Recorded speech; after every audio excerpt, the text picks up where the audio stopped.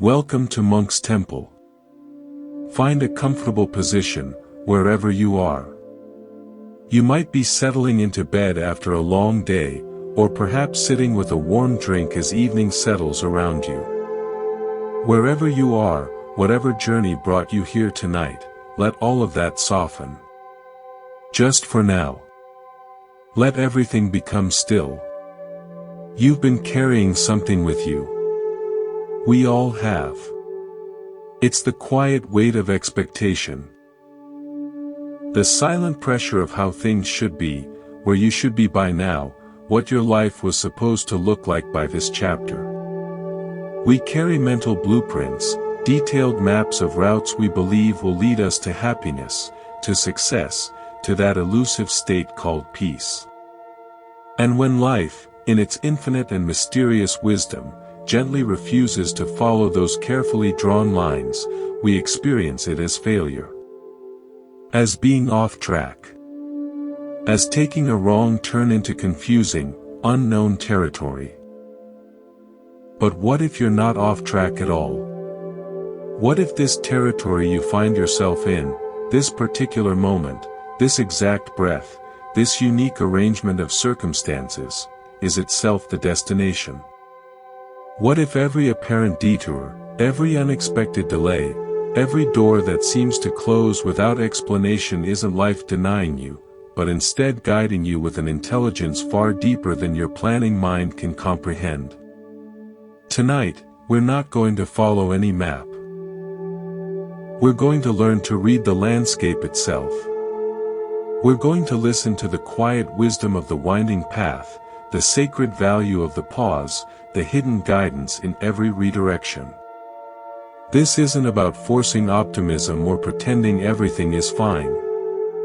This is about cultivating a trust so fundamental it becomes the ground you walk on, a trust that doesn't falter when the path disappears into mist, because it knows the mist is part of the journey too. So let your eyes close if they wish to.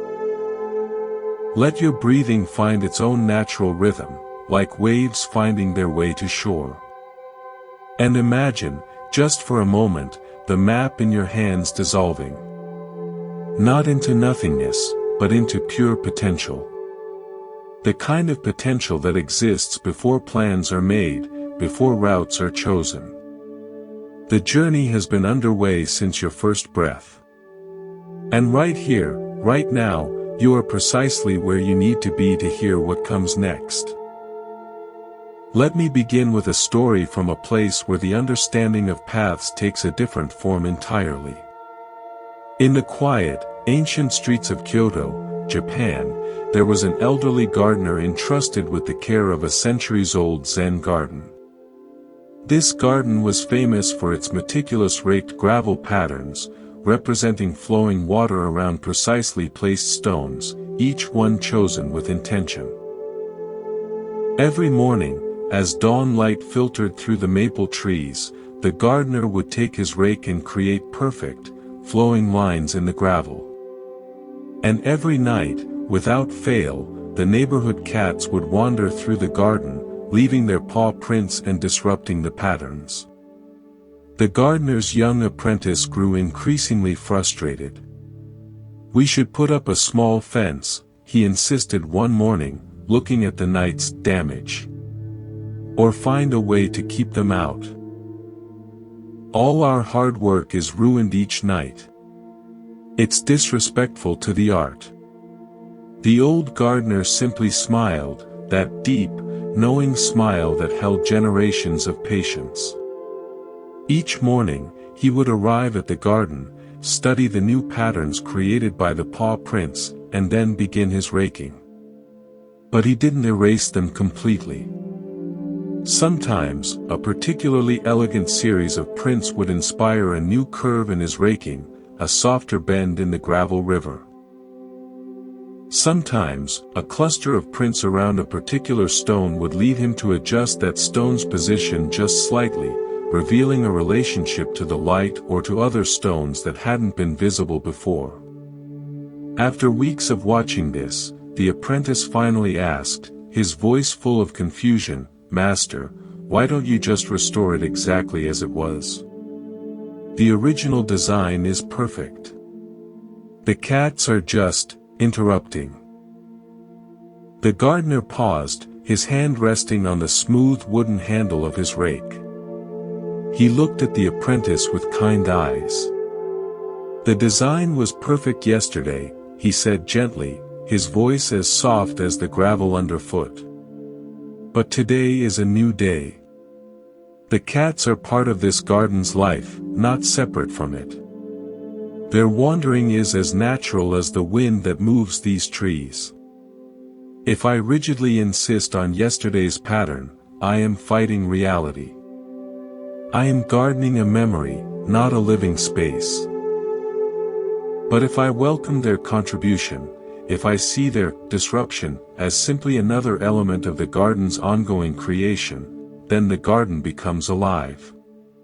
It becomes a conversation between my intention and the world's spontaneous expression. He pointed to a particularly beautiful, sweeping curve in the gravel that flowed around two mossy stones. This line here. It came from following the suggestion of those paw prints from 3 nights ago. See how it embraces the stones rather than just passing by. It is more harmonious, more beautiful than what I had originally drawn in my mind. The cats didn't ruin the garden. They collaborated with me. They reminded me that beauty isn't about frozen perfection. It's about responsive, evolving harmony. It's about allowing what is to inform what becomes.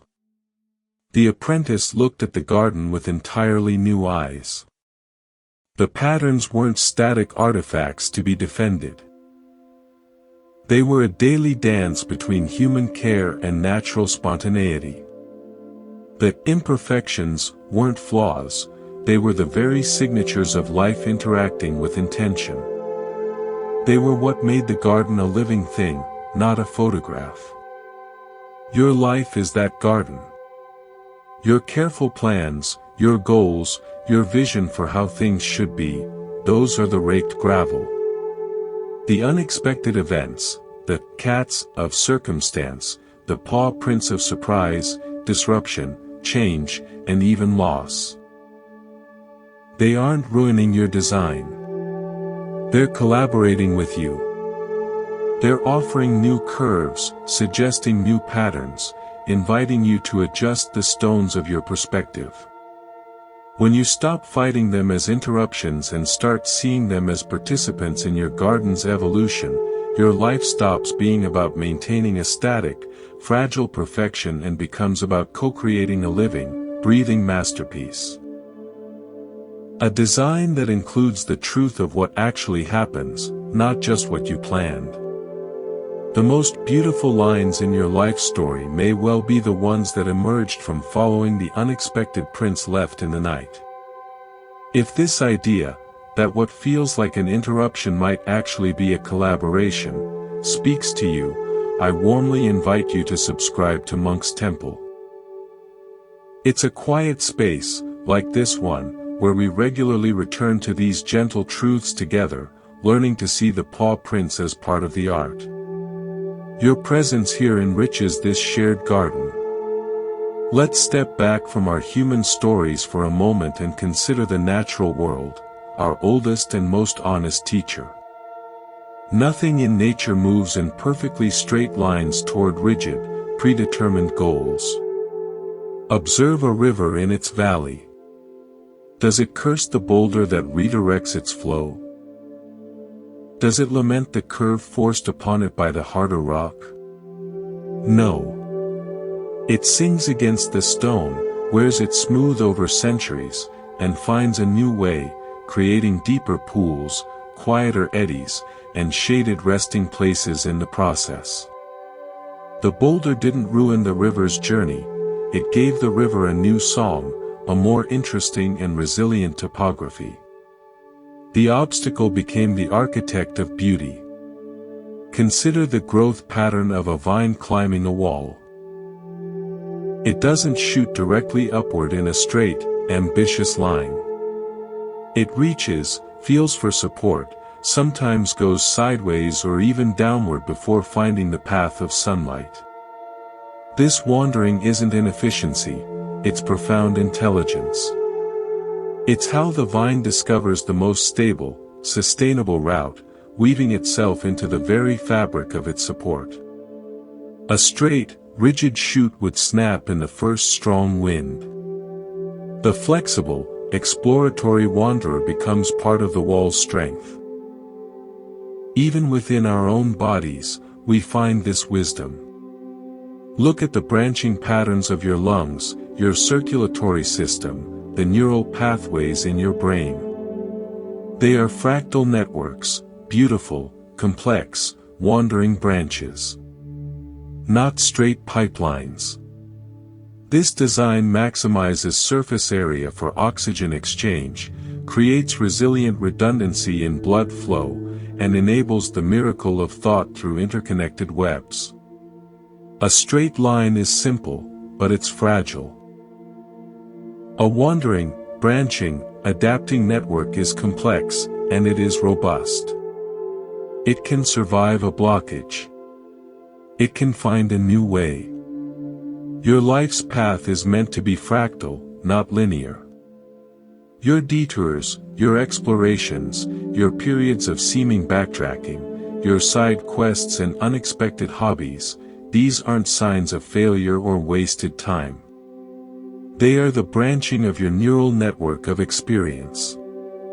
They are creating more surface area within your soul for wisdom to be absorbed. They are building resilience by teaching you to adapt to different emotional and mental climates. They are establishing communication routes between different parts of your being, your logic and your intuition, your courage and your compassion, that a straight, narrow, goal-focused path would never have connected. The universe itself expands not in a straight line from a single point, but in all directions at once, a vast, unfolding complexity.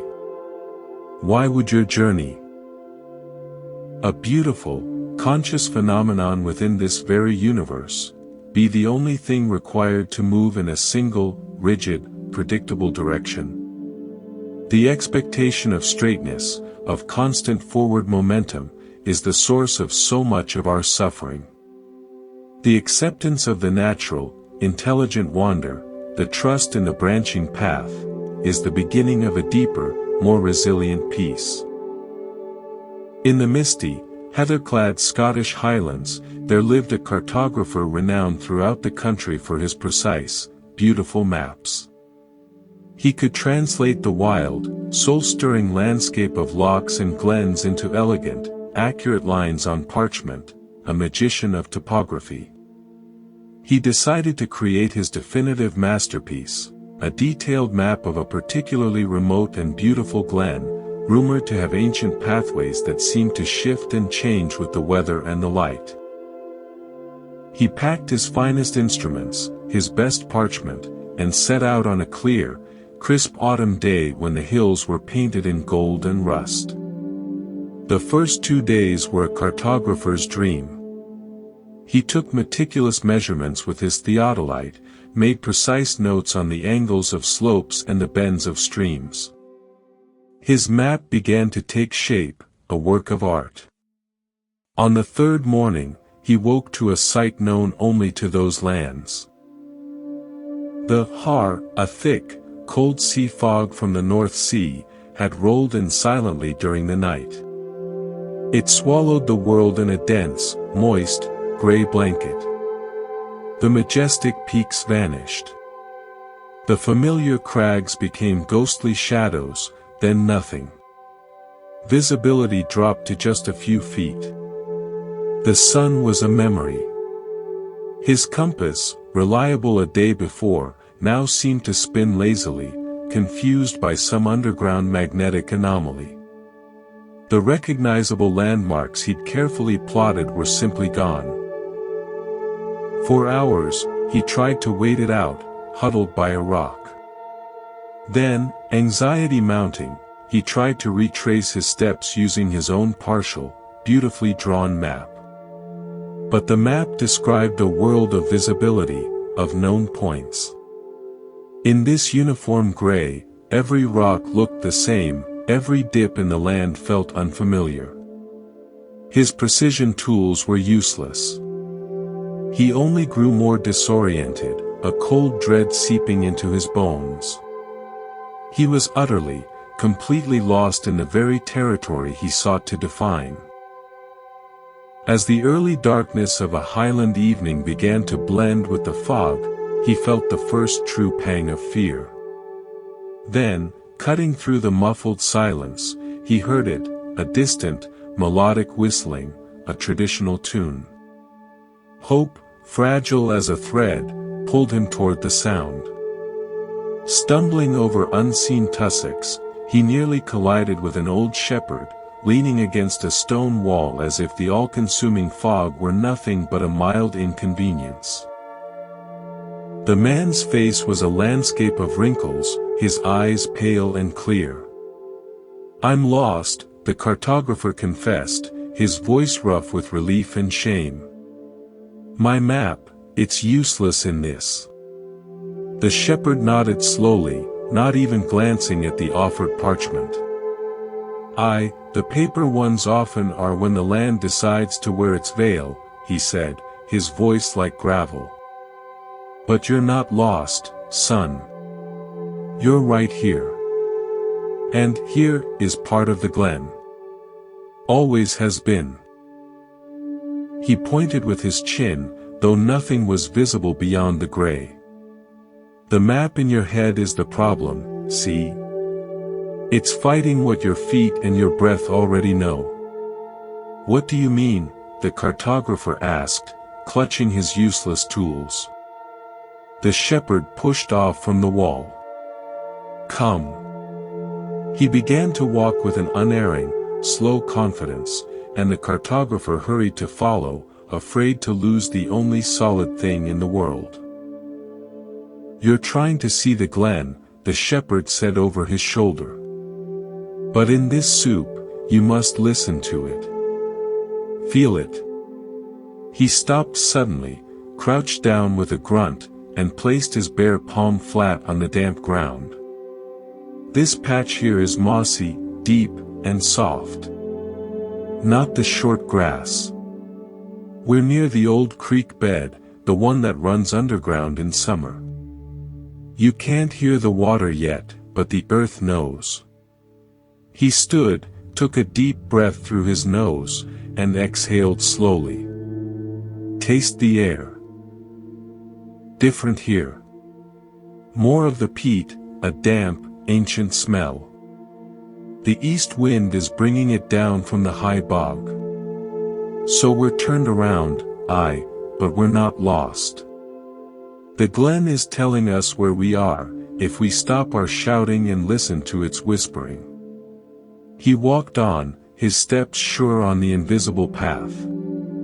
"Your map is a story of the land on a sunny day. A good story. But the land has many stories, fog stories, rain stories, moonless night stories, blizzard stories. To know a place, truly know it, you must know all its stories, not just the fair weather one you can neatly draw. Today, you're being given the fog story. It's not a wrong story. It's not an error on your part. It's just a different chapter in a very long book. And it's one you need to learn by heart, not by sight." By the time the faint, yellow glow of a cottage window emerged from the gloom, the cartographer's fear had completely dissolved, replaced by a hushed awe. He had just navigated complex terrain by texture, by scent, by an embodied knowing that bypassed the intellect entirely. He had been guided not by lines on paper, but by the living language of the land itself. When he finally completed his great map weeks later, it included a curious and beautiful addition at his own insistence, a delicate, translucent vellum overlay. On it, drawn in soft, gray lines, were the fog paths. The intuitive, non-linear routes one would take when traditional navigation failed, based on the feel of the ground and the taste of the wind. This map became his most famous and sought-after work. Not for its impeccable precision of rock and ridge, but for its profound wisdom, a wisdom of how to be with the land when the land chooses to hide. It taught people not just where things were, but how to find their way when they couldn't see at all. You are in the fog sometimes. Your plans, your carefully drawn map for your life, the career trajectory, the relationship timeline, the financial plan, seem useless. The landmarks of certainty have vanished into the gray. In those times, the mind panics. It frantically tries to force the old map to work, to find a straight line in the formlessness. But the shepherd's wisdom invites you to gently fold the paper map and put it in your pocket. To become still. To listen to the glen of your own life through different, older senses. What does the emotional ground feel like beneath you right now? Is it hard and rocky, or soft and mossy? What is the subtle scent on the air of your current situation, the smell of opportunity, of ending, of quiet waiting? Your intuition, your bodily knowing, the quiet whisper in your heart that has no logic but feels true, these are your guides in the fog. They know the stories your fair weather, logical map never included. The fog isn't obscuring your path, it's teaching you a deeper, more ancient, and far more resilient way to find your way home. The path hasn't disappeared. You've just entered a chapter where you read it with your hands and your heart, not with your eyes. We have been culturally trained to fear stillness. To equate pause with stagnation, with laziness, with wasting precious time. In a world that worships momentum, hustle, and visible productivity, a delay feels like a personal failing. A setback feels like a moral flaw. If we are not moving forward, we must be falling behind. This belief is a source of relentless, quiet anxiety. But the earth herself, our most patient and enduring teacher, knows the sacred, non-negotiable necessity of the pause. She operates on rhythms that have nothing to do with quarterly reports or 5-year plans. Consider the ancient agricultural practice of the fallow field. After seasons of producing abundant crops, of giving its vitality to wheat or corn or grapes, a wise farmer lets a field rest. Nothing is planted. No seeds are sown. To the impatient or untrained eye, that field looks empty, barren, useless. A waste of good land. But beneath that quiet, seemingly inert surface, a profound and vital alchemy is at work. Nutrients are returning to the soil. Nitrogen is being fixed. Microorganisms and earthworms are rebuilding their intricate communities. The land is not sleeping. It is recovering, regenerating, restoring its deep vitality so that it may one day bear fruit again, more abundantly and sustainably than before. The fallow period isn't neglect, it's an act of long-term love. It's essential regeneration. Your periods of waiting, of nothing happening, of creative dryness, emotional numbness, or simply feeling stuck, these are your personal fallow seasons.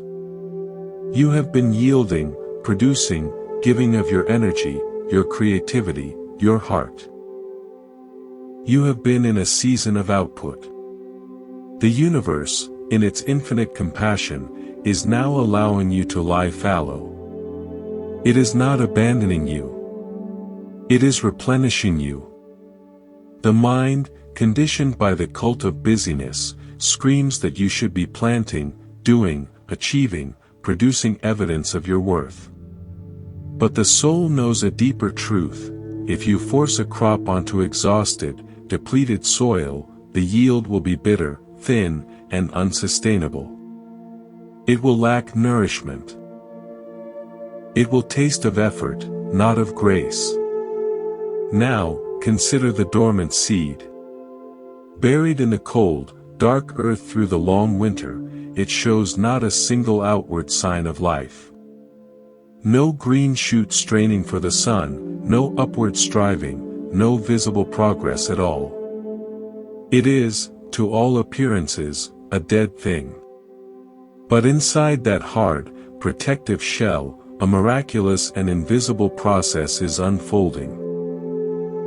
The seed is integrating with its environment, absorbing minuscule amounts of moisture, undergoing subtle chemical and molecular changes that will, only when the conditions of warmth and light are precisely right, trigger its glorious awakening. The dormancy is not death. It is a sacred, hidden becoming.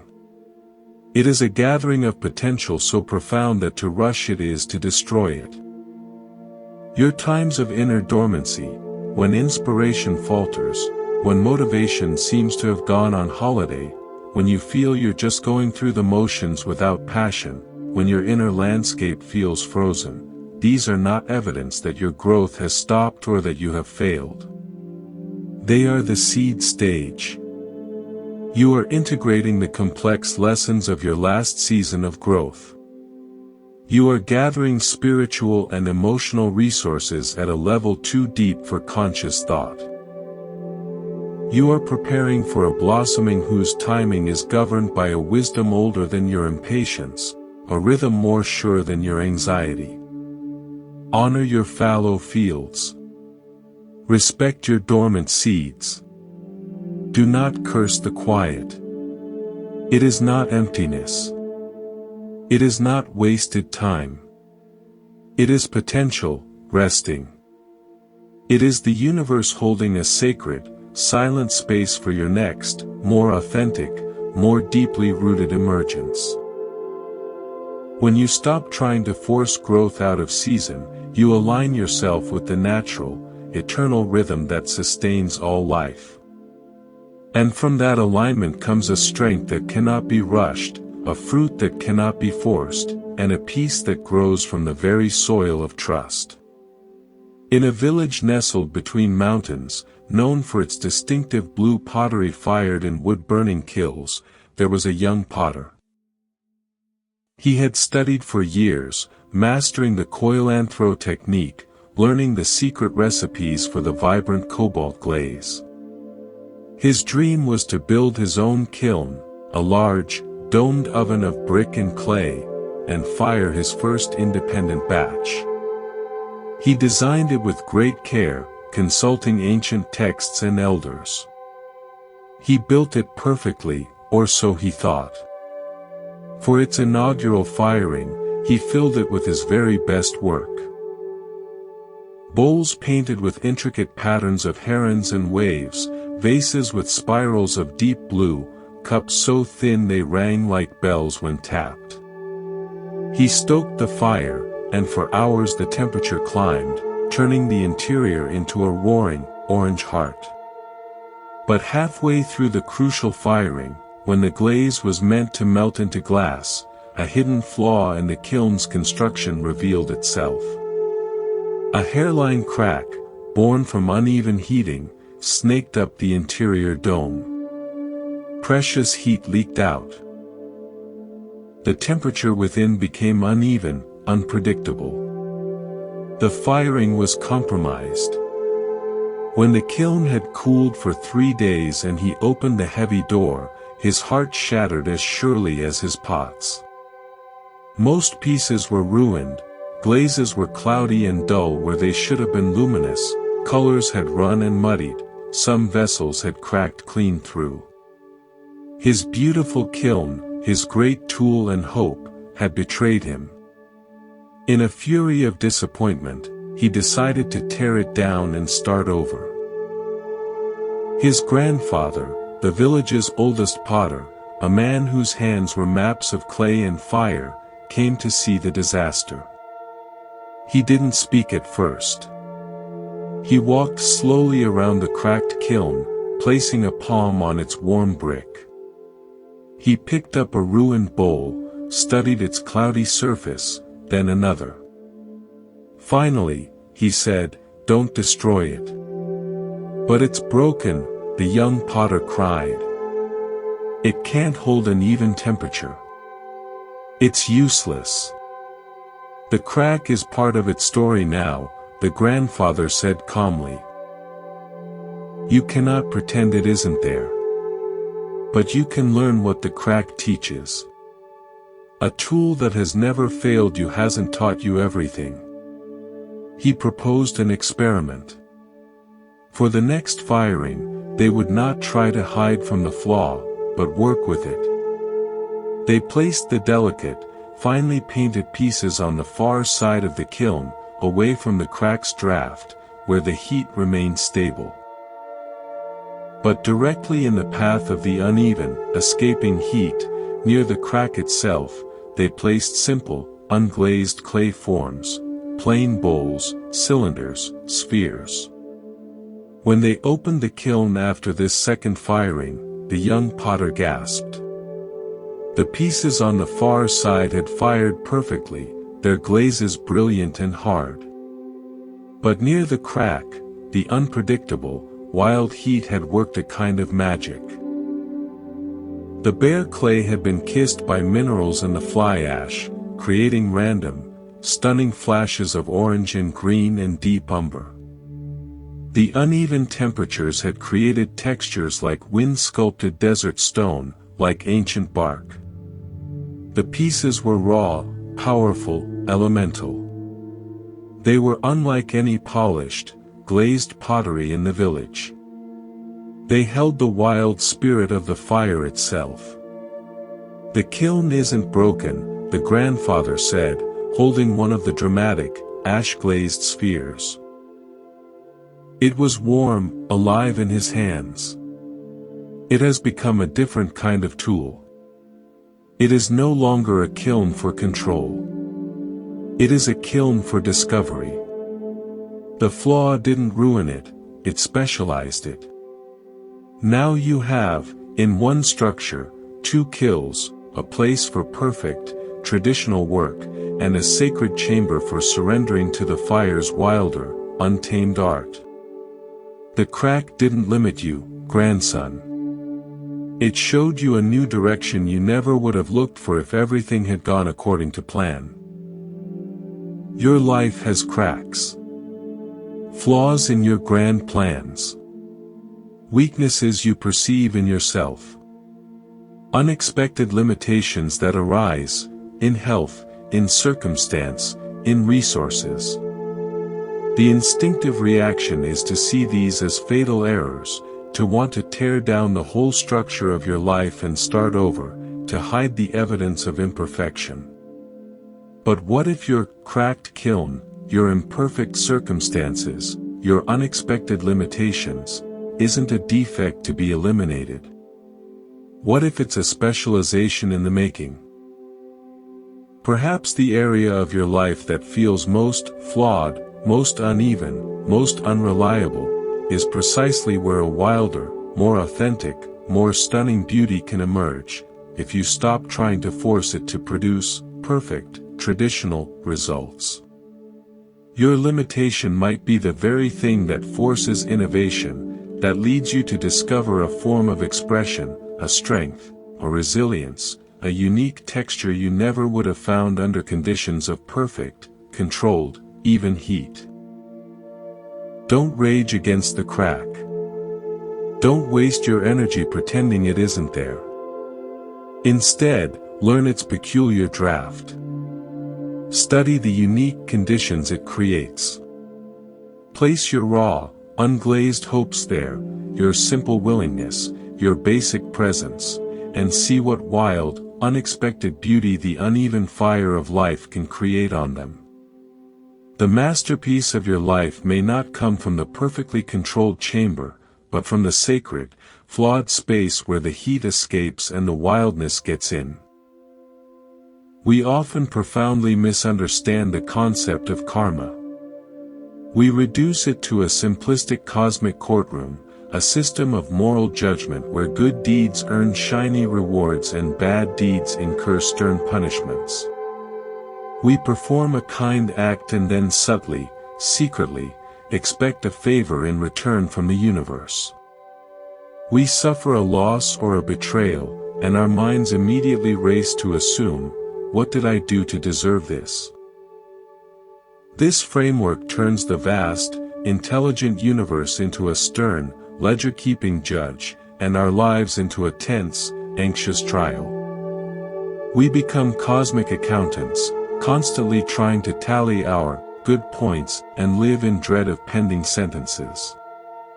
But what if we saw karma not as a courtroom, but as a vast, living, breathing ecosystem?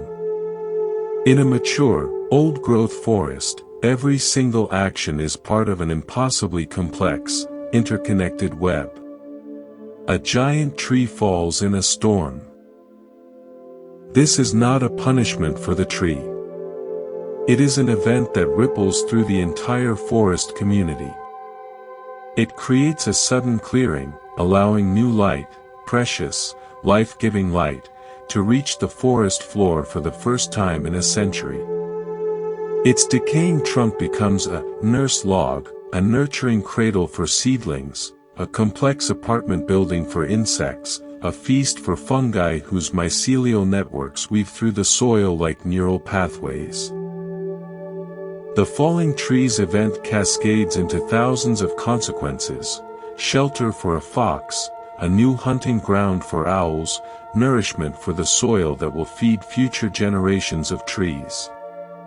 Some effects are immediately visible, some take years to unfold, some are utterly invisible but are the very foundation of the forest's health. Your thoughts, your words, your actions, they are like dropping a stone into the pond of this living, breathing ecosystem. The ripples spread outward in all directions, intersecting with countless other ripples from stones dropped by you yesterday, last year, and by every other being around you. You may plant a tiny seed of compassion, holding a door, offering a sincere compliment, listening without judgment. That seed might not grow into a direct, obvious reward for you. Instead, that ripple might merge with the ripples of the recipient's day.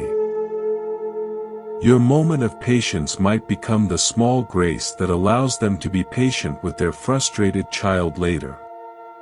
That ripple merges with the child's ripple of feeling seen, which merges with their confidence at school tomorrow.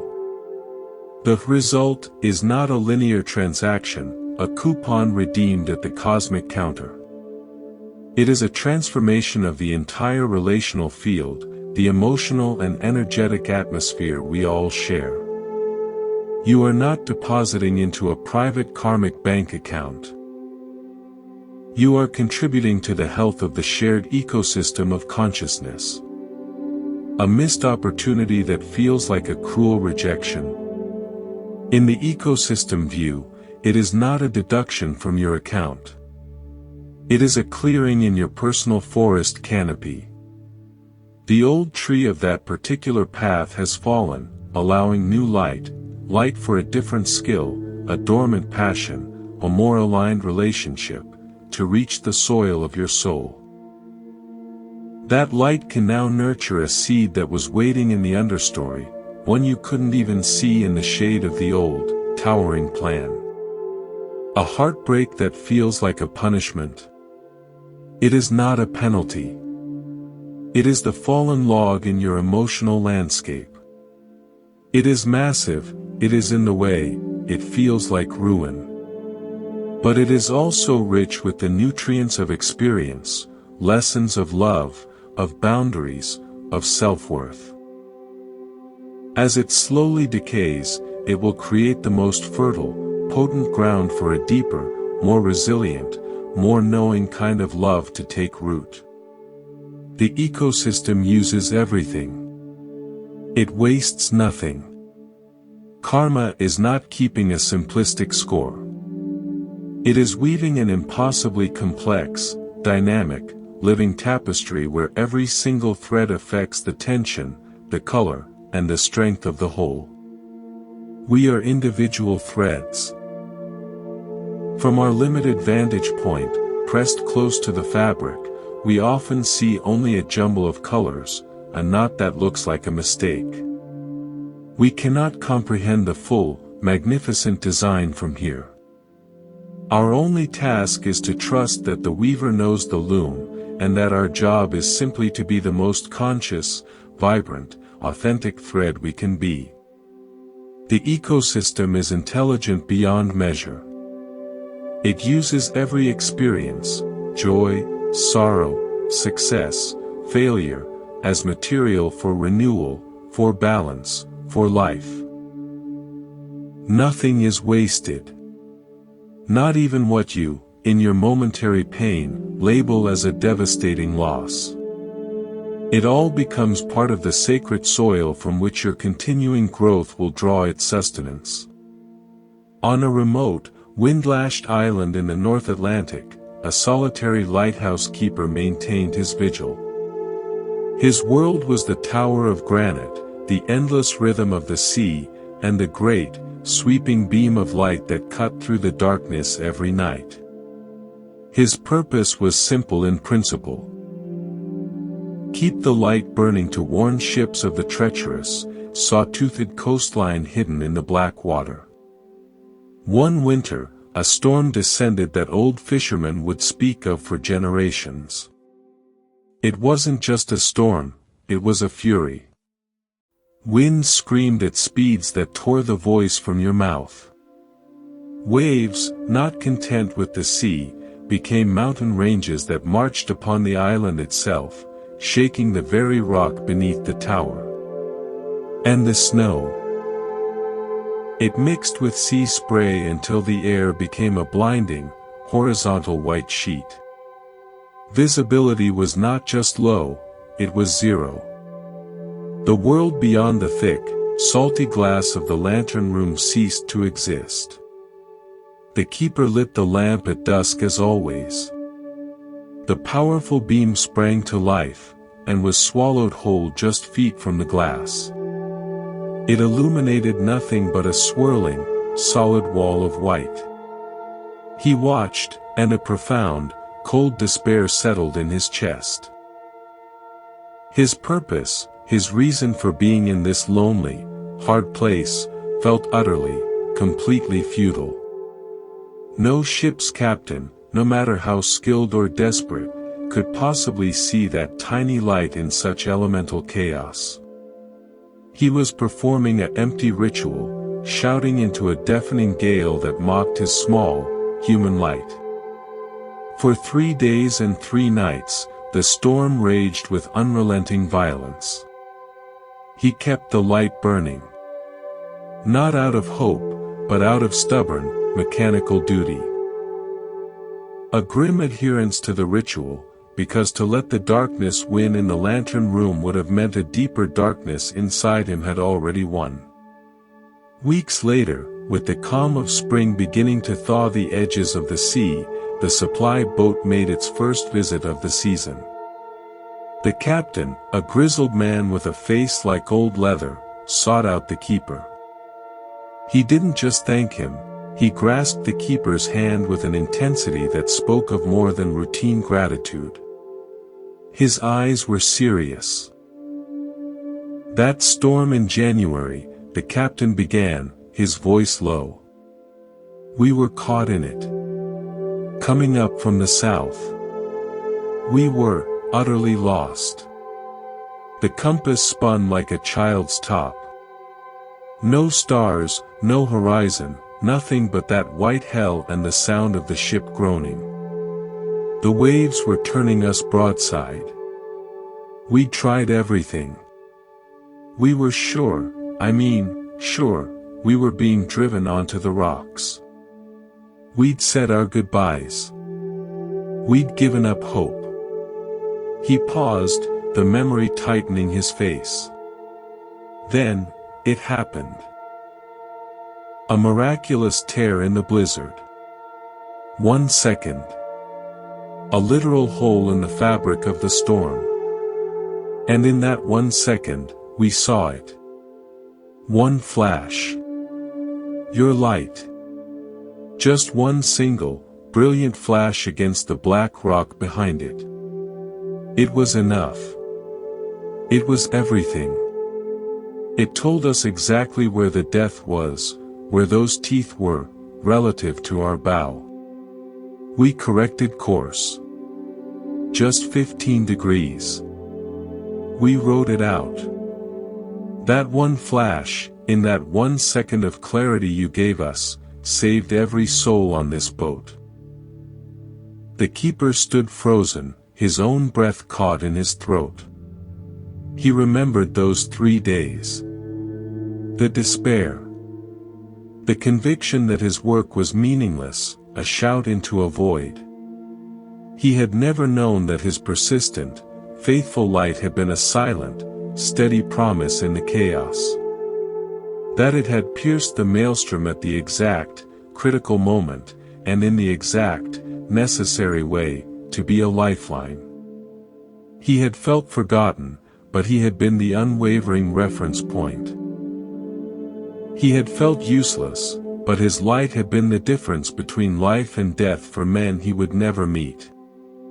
You cannot always see, you can almost never see, the full effect of your light. You cannot know how your steady presence, your continued effort when it feels futile, your quiet perseverance in your own personal storm, might pierce through the chaos of someone else's life at the exact moment they have given up hope. This applies profoundly to your own journey as well. The efforts you make in the dark, the light you keep burning within you even when you feel utterly lost and unseen, that is not wasted energy. You are maintaining the beacon. You may not see its beam find a ship, you may feel you are shining into an empty, howling night, but the universe is noting your consistency.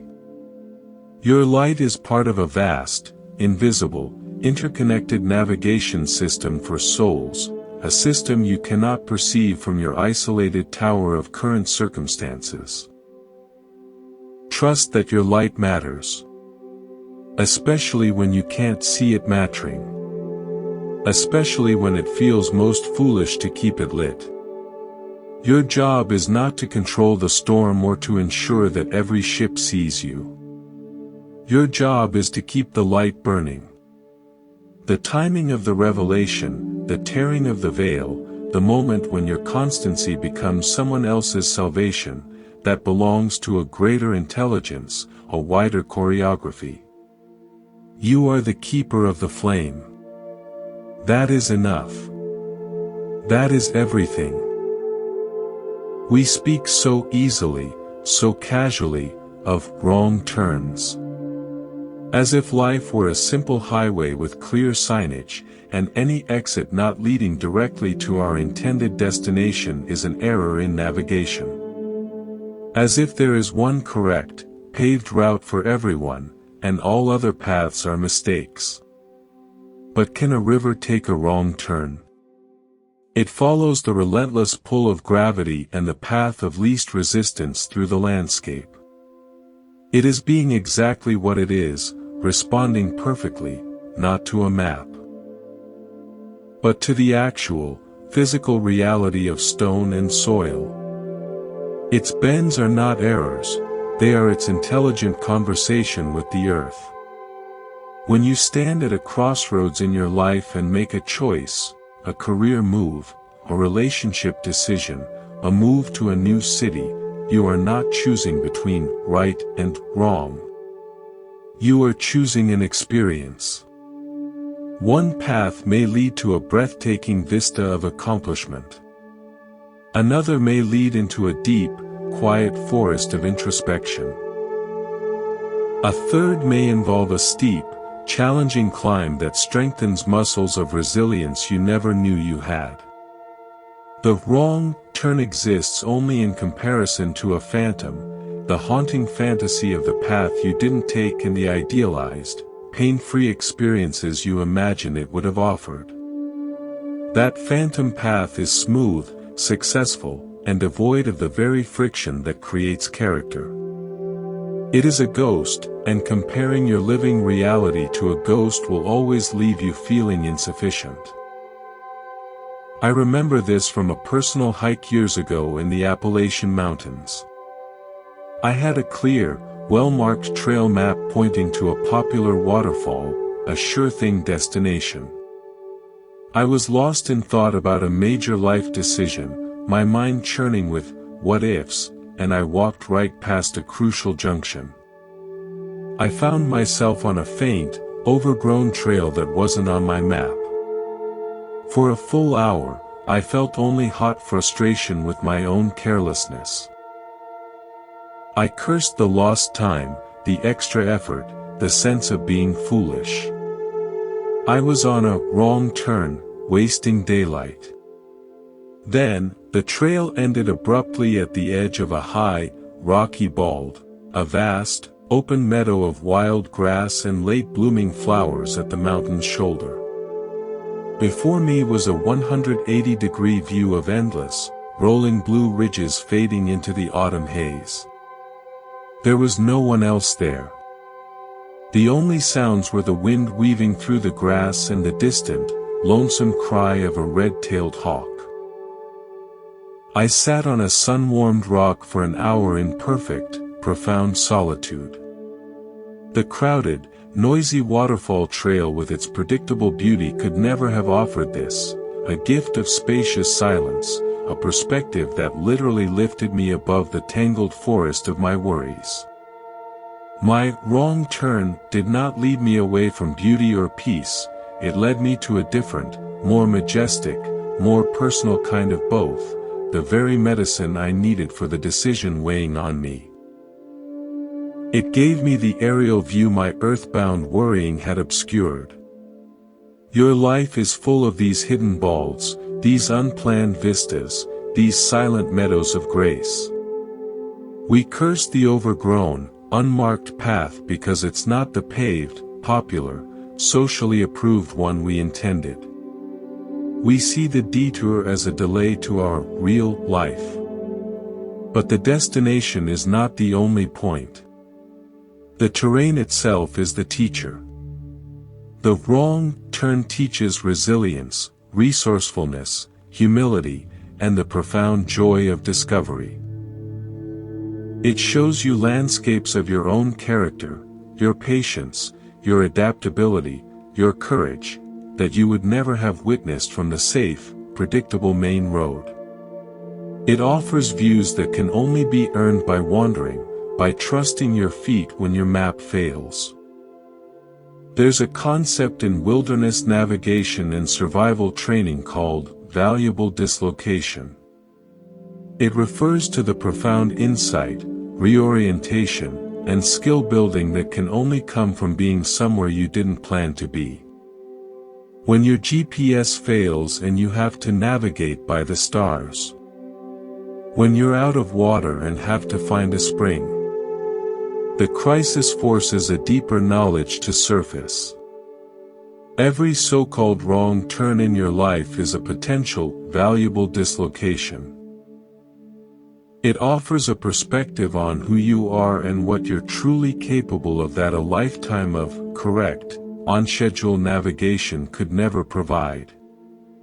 It might just show you that you are more resourceful, more intuitive, and more resilient than the you who never left the main trail could ever believe. Deep within the labyrinthine souk of Marrakesh, in a tiny shop fragrant with cedarwood and dyed wool, an old woman wove carpets. But hers was no ordinary atelier. She did not follow preset patterns from a book, nor recreate the same geometric designs as every other weaver in the market. Her method was unique, whispered about by those who sought more than a floor covering. When someone commissioned a carpet from her, she would not discuss size or price first. Instead, she would invite them to share tea. She would sit with them on low cushions, the pot steaming between them, and she would listen. She listened to their stories. Not the headlines of their life, but the texture. Their joys, their hidden sorrows, their family history, their dreams that seemed too fragile to speak aloud in the bright sun of the marketplace. Then, and only then, would she begin to weave. The colors, the patterns, the very density of the knots emerged from the stories she had absorbed. A period of profound grief might become a deep, intricate section of indigo and violet, with complex, interlocking knots that spoke of pain weaving into strength. A tale of a joyful, unexpected love might bloom into a sudden field of saffron yellow and rose red, with a lighter, more open weave. A story of a long migration, of leaving a homeland, might be represented by a single, silver thread winding its way persistently through the entire design, connecting disparate elements. A young European designer, in Morocco for inspiration, heard of her and visited with a skeptic's eye. He admired the technical skill. "The craftsmanship is beautiful," he said, "but isn't it inefficient? And terribly subjective. What if the person's story changes in a year? The carpet is fixed. It can't evolve." The weaver did not look up from her loom, her hands moving with a rhythm that seemed older than the city walls. "A carpet is not a photograph of a life," she said, her voice as soft as the wool. "It is a prayer for it. The stories are not frozen here. They are honored. The knots hold the telling." She paused her shuttle and ran her hand over a section of intricate black woven with threads of metallic gold. "This," she said, "was a man's story of surviving a great fear. The tight, dense knots here, they are the tension he felt, the nights he couldn't breathe. The gold thread breaking through, that is the courage he found, moment by moment. He doesn't need to look at a perfect, repeating geometric pattern on his floor. He needs to walk upon a map of his own resilience, to be reminded under his feet that he is stronger than he knows. That is more useful than efficiency." She carefully tied off a thread of emerald green. "You think the design should be separate from the life? Clean. Abstract. But why? The life is the design. The bumps, the tangles, the unexpected splashes of color, the dark patches and the bright fields, they are not flaws in the fabric. They are the fabric. I am not making a decoration. I am weaving a witness. Your life is being woven in real time, on a loom you cannot fully see. You often look at the emerging pattern from your limited perspective, a few inches of knots at a time, and you see only tangles, uneven sections, colors that clash according to your limited taste. You wish for a clean, geometric, predictable design, a perfect, efficient, socially approved pattern. But the weaver of your destiny is using the only authentic material available, the raw, unspun wool of your actual experience. Your specific joys, your particular griefs, your unique fears, your quiet triumphs. The flaws you perceive, the difficult periods of tight, dark knots, the confusing transitions where the pattern seems to break, the messy emotions that feel like clashing colors. These are not errors in the weave. They are the essential textures and hues that give the final tapestry its depth, its meaning, its undeniable, breathtaking truth. You are not a machine-made rug with a repeatable, mass-produced pattern. You are a one-of-a-kind, hand-woven masterpiece emerging in real time from the very stories you are living. Stop judging the single, confusing knot you see beneath your nose. You cannot see the grand pattern from there. Trust that the weaver, the intelligence of life itself, knows how this dark thread is absolutely necessary to make the gold one shine, how this tangle will later be revealed as the heart of a complex flower. You are both the story and the carpet. And the design is perfect precisely because it is true. Desire itself is not the enemy. Stagnation is not the goal. The problem is not wanting, it is wanting as a form of clinging. It is mistaking the wind for an anchor. Desire is the wind in your sails. It is the force that moves you. It carries you across oceans of experience toward new horizons of growth, connection, and understanding. It is the energy of life itself expressing through you as longing, as passion, as curiosity, as the impulse to create and to love. It is beautiful. It is necessary. Without desire, there is no movement, no art, no discovery, no reaching out. But if you mentally lash yourself to a single, specific, rigidly defined destination on the horizon, you become brittle. You nail your sail to that one point. Then a storm comes, or the wind shifts, as wind always does, and your rigging snaps because you cannot adjust. You suffer, not because of the wind, but because you've made the wind your adversary by demanding it blow only in one direction, toward your fixed idol. You suffer because you are clinging to a phantom shore. The skillful sailor understands this.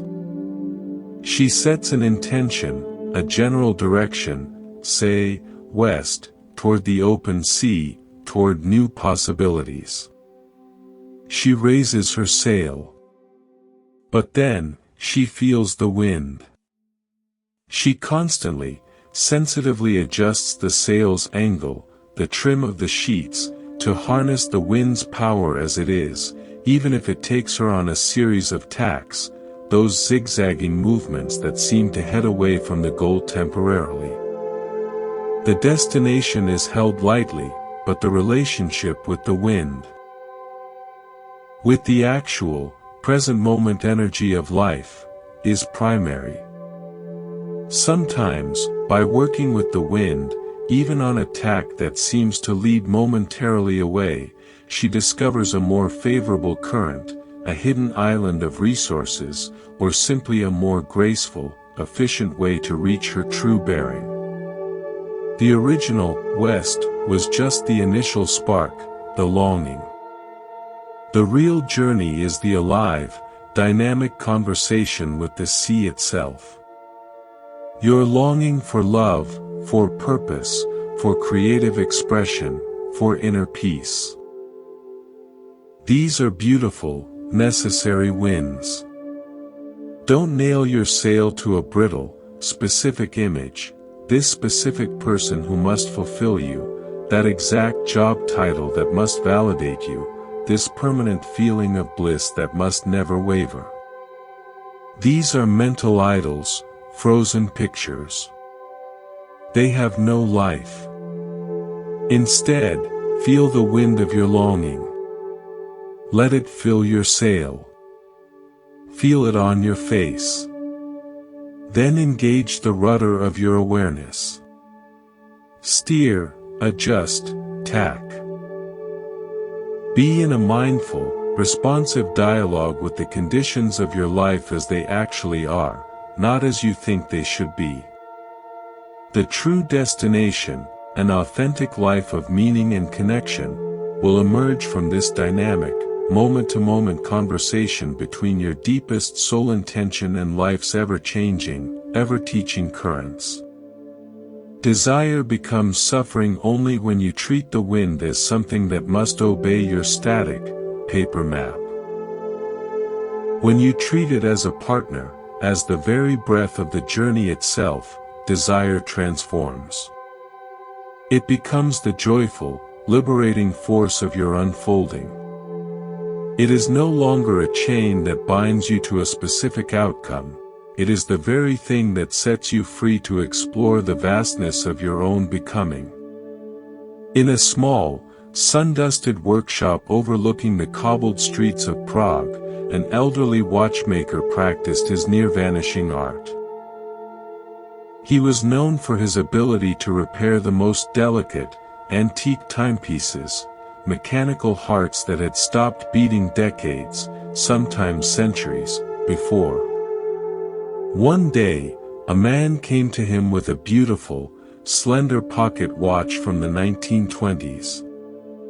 It had belonged to his grandfather, a silent keepsake of a man he had barely known. It hadn't ticked in over 50 years. The watchmaker accepted it with the reverence of a priest accepting a sacred text. He opened the case with infinite, gloved care, peered inside with his loupe, and hummed a single, low note. "The mainspring is broken," he announced. "But that," he added, his eyes still glued to the magnification lens, "is not the real problem. See here." He pointed with a hair-thin tool. "When the spring broke all those decades ago, the sudden, violent release of tension caused these neighboring gears, here, and here, to shift. Just a micron. One gear tooth no longer meeting the next with perfect harmony. The entire mechanism is frozen in a kind of trauma. A memory of the break."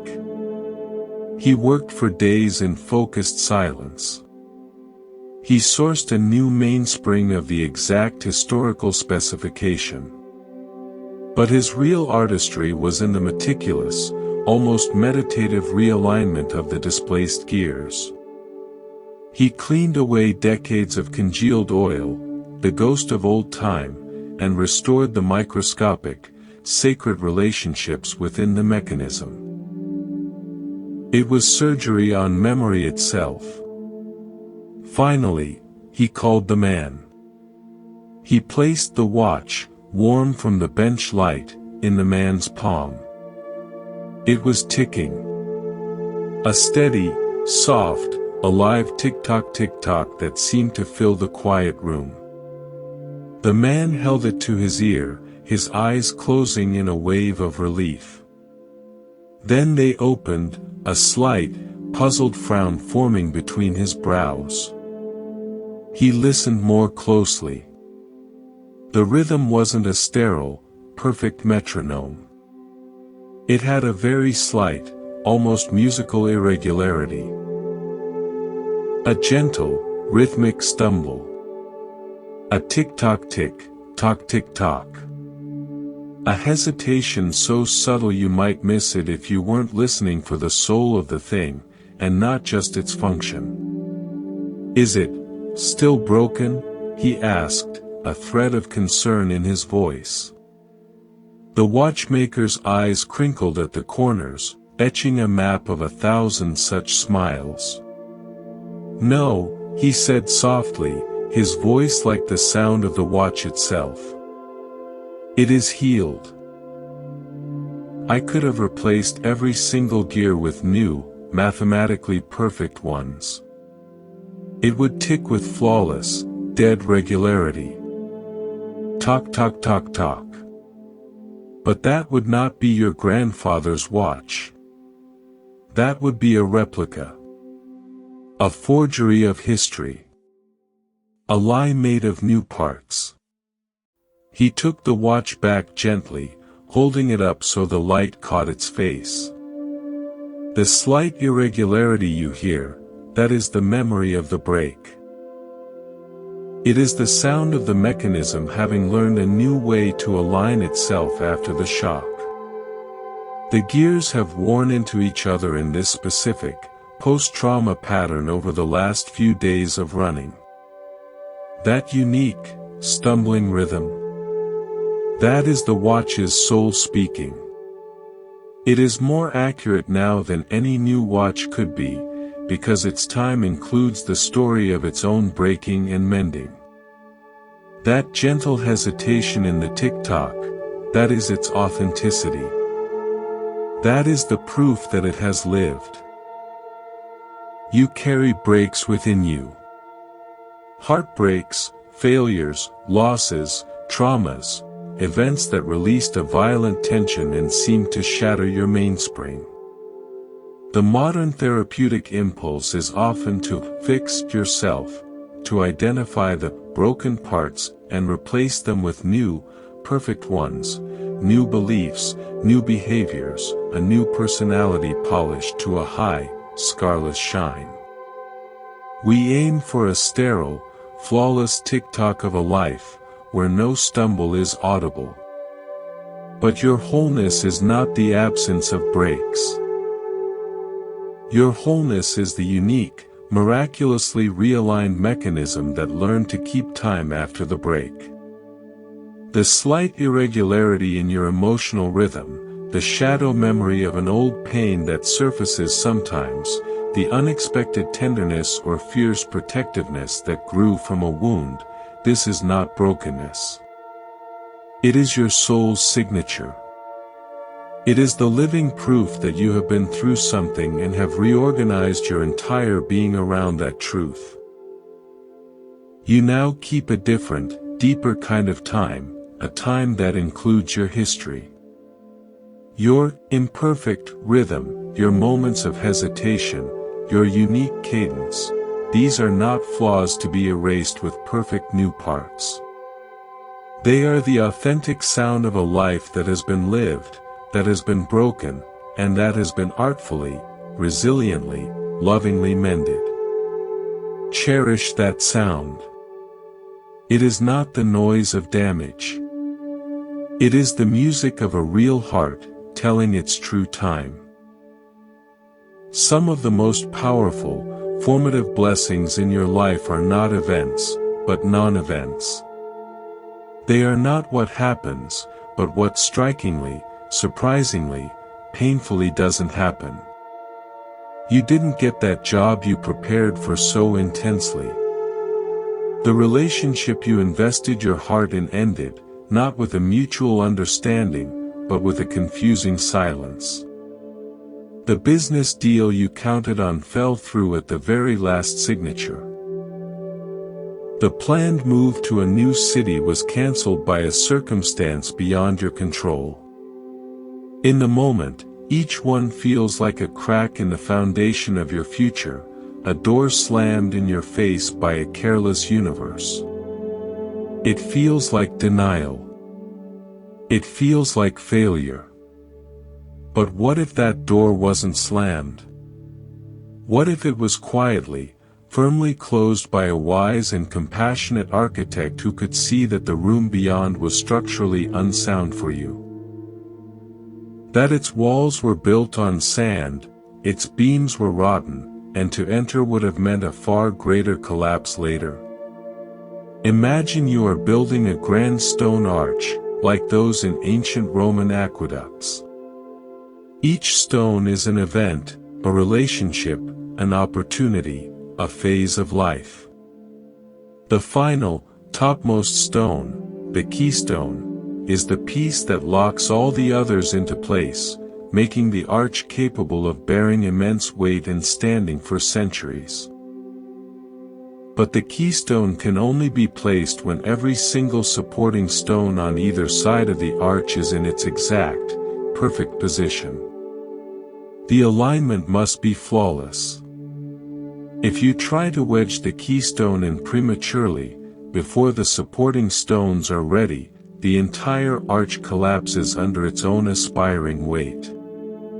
All the work is ruined. The universe is that master architect. It knows the precise weight, shape, and timing for each stone in the magnificent, unique arch of your destiny. It sees the whole design from a vantage point you cannot access. That job you didn't get. That stone was either meant for a different part of the arch altogether, or it was the wrong shape, the wrong density. Placing it would have thrown off the balance, making your entire life structure unstable, doomed to collapse later under the pressure of your true calling. Its absence felt like a loss, but it was an act of profound architectural preservation. The architect wasn't withholding. It was protecting the integrity of the whole. The person who left. Their stone was meant to support you for a specific, sacred season. It taught you a particular lesson about love, or boundaries, or your own worth. Once that lesson was integrated, once the mortar of that understanding had set, their stone had served its divine purpose. Leaving it in place would have blocked the space for the next, crucial stone. The one that will actually, finally, lock your arch into its permanent, beautiful, self-supporting form. We stand in the present moment, looking up at the empty space where we were so sure a stone should be. We mourn the absence. We rage at the architect for being slow, or cruel, or forgetful. We try to shove any stone we can find into the gap, creating dangerous, makeshift compromises. But the architect is not careless, cruel, or forgetful. It is meticulously, compassionately, infinitely patiently clearing the way for the exact stone that will allow your entire arch, the one-of-a-kind, awe-inspiring structure of your true life, to finally lock into place and stand, unshakable, against all storms. Trust the empty spaces. They are not neglect. They are not punishment. They are precision. They are love expressed as protection. The universe isn't withholding the stone, it is preparing the perfect placement for it. And sometimes, the most loving action it can take is to not give you what you are begging for, because receiving it would compromise the integrity of the magnificent arch you are truly meant to become. The blessing is often in the no, because that no is saving you from a future collapse you cannot yet see. On the island of Murano, in the Venetian lagoon, where the art of glassblowing is a centuries-old symphony of fire and breath, a master glassblower worked before a group of silent, awed students. He gathered a molten, glowing orb of silica on the end of a long, hollow blowpipe. It pulsed like a miniature, captive sun, radiating a heat that pressed against their faces. A student, unable to contain his curiosity, asked, "Maestro, how do you know what it will become? A vase? A delicate goblet? An abstract sculpture?" The master did not pause his rhythmic turning of the pipe. He brought the incandescent gather to his lips and blew a steady, controlled stream of air into it. The globe expanded, a bubble of pure potential growing in the fierce heat. "I do not know," he said, his voice calm and even, as if commenting on the weather. "The form is a conversation. It is a dialogue between my breath, the heat of the furnace, the gravity pulling on the glass, and the memory in my own hands. I have an intention, a suggestion, a leaning. But the glass has its own will. It has its own relationship with the fire." As he spoke, a slight, unexpected swell began to form on one side of the growing bubble. "See here," he said, nodding toward the imperfection. "The consistency of this batch is different today. A slight variation in the silica. It wants to bulge here. So, I adjust. My intention now becomes a bowl with a pronounced, organic hip, not the slender vase I first imagined. The mistake in the material becomes the defining feature of the piece. If I fight it, if I try to force it back to my original idea, I will overwork it. The glass will become stressed and will crack in the annealing oven. My control is not in domination. My control is in sensitive, responsive partnership. He continued to turn, to heat, to blow, and to shape with wooden blocks wet with water, which hissed and steamed. I am not creating the glass, he murmured, more to himself than to the students. I am midwifing it from one state of being to another. I am assisting its transition from a shapeless, molten potential into a formed, solid reality. My breath is not a command, it is an invitation. The fire is not a weapon, it is a collaborator. The glass is not an inert substance. It is a willing participant in its own becoming. He finished, placing a stunning, asymmetrical bowl into the annealing layer, a slow-cooling oven, where it would settle into its final, permanent form without stress. The breath of life is like this, he said, wiping his hands on a leather apron. We think we are blowing our will onto the world, shaping our lives by the sheer force of our intention and effort. But we are in a partnership, whether we acknowledge it or not. The universe is the molten glass. Alive, willful, sensitive, and subject to the laws of its own nature. Our intentions are the breath. We must breathe with sensitivity, feel the resistance, adjust to the swell, and co-create the form that wants to emerge from the collaboration. The masterpiece is never the one we pictured in our minds alone, in isolation from the living material. It is the one born from the sacred, moment-by-moment dialogue between our breath and the world's molten, malleable, mysterious heart.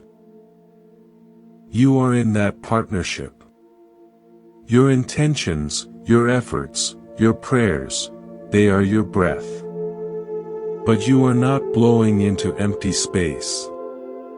You are breathing into the living, responsive, sometimes stubborn material of reality, your own body, your relationships, your circumstances, the flow of time itself.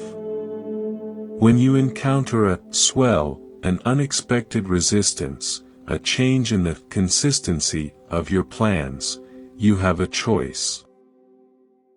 You can fight it, blow harder, try to force the material back to your original, rigid image. This often leads to stress, to cracking, to a finished product full of tension. Or, you can do as the master, feel the swell, adjust your hands, and follow the new suggestion. Allow the flaw in the material to become the defining feature of a more interesting, more organic, more authentic form than you had originally imagined. Your life's masterpiece will emerge not from rigidly executing a pre-drawn blueprint, but from the skillful, loving, responsive dialogue between your breath and the beautiful, unpredictable material you've been given to shape. We have created, and then deeply internalized, a powerful modern mythology. It equates forward with good, with progress, with success. Conversely, it equates still with stagnant, with stuck, with failing. This linear, arrow-like model of existence is burned into our thinking from childhood education, grade to grade, to career ladders, promotion to promotion, to life's supposed milestones, plotted on a timeline. We are trained to see our lives as a graph, and the only acceptable line is one that slopes ever upward and to the right.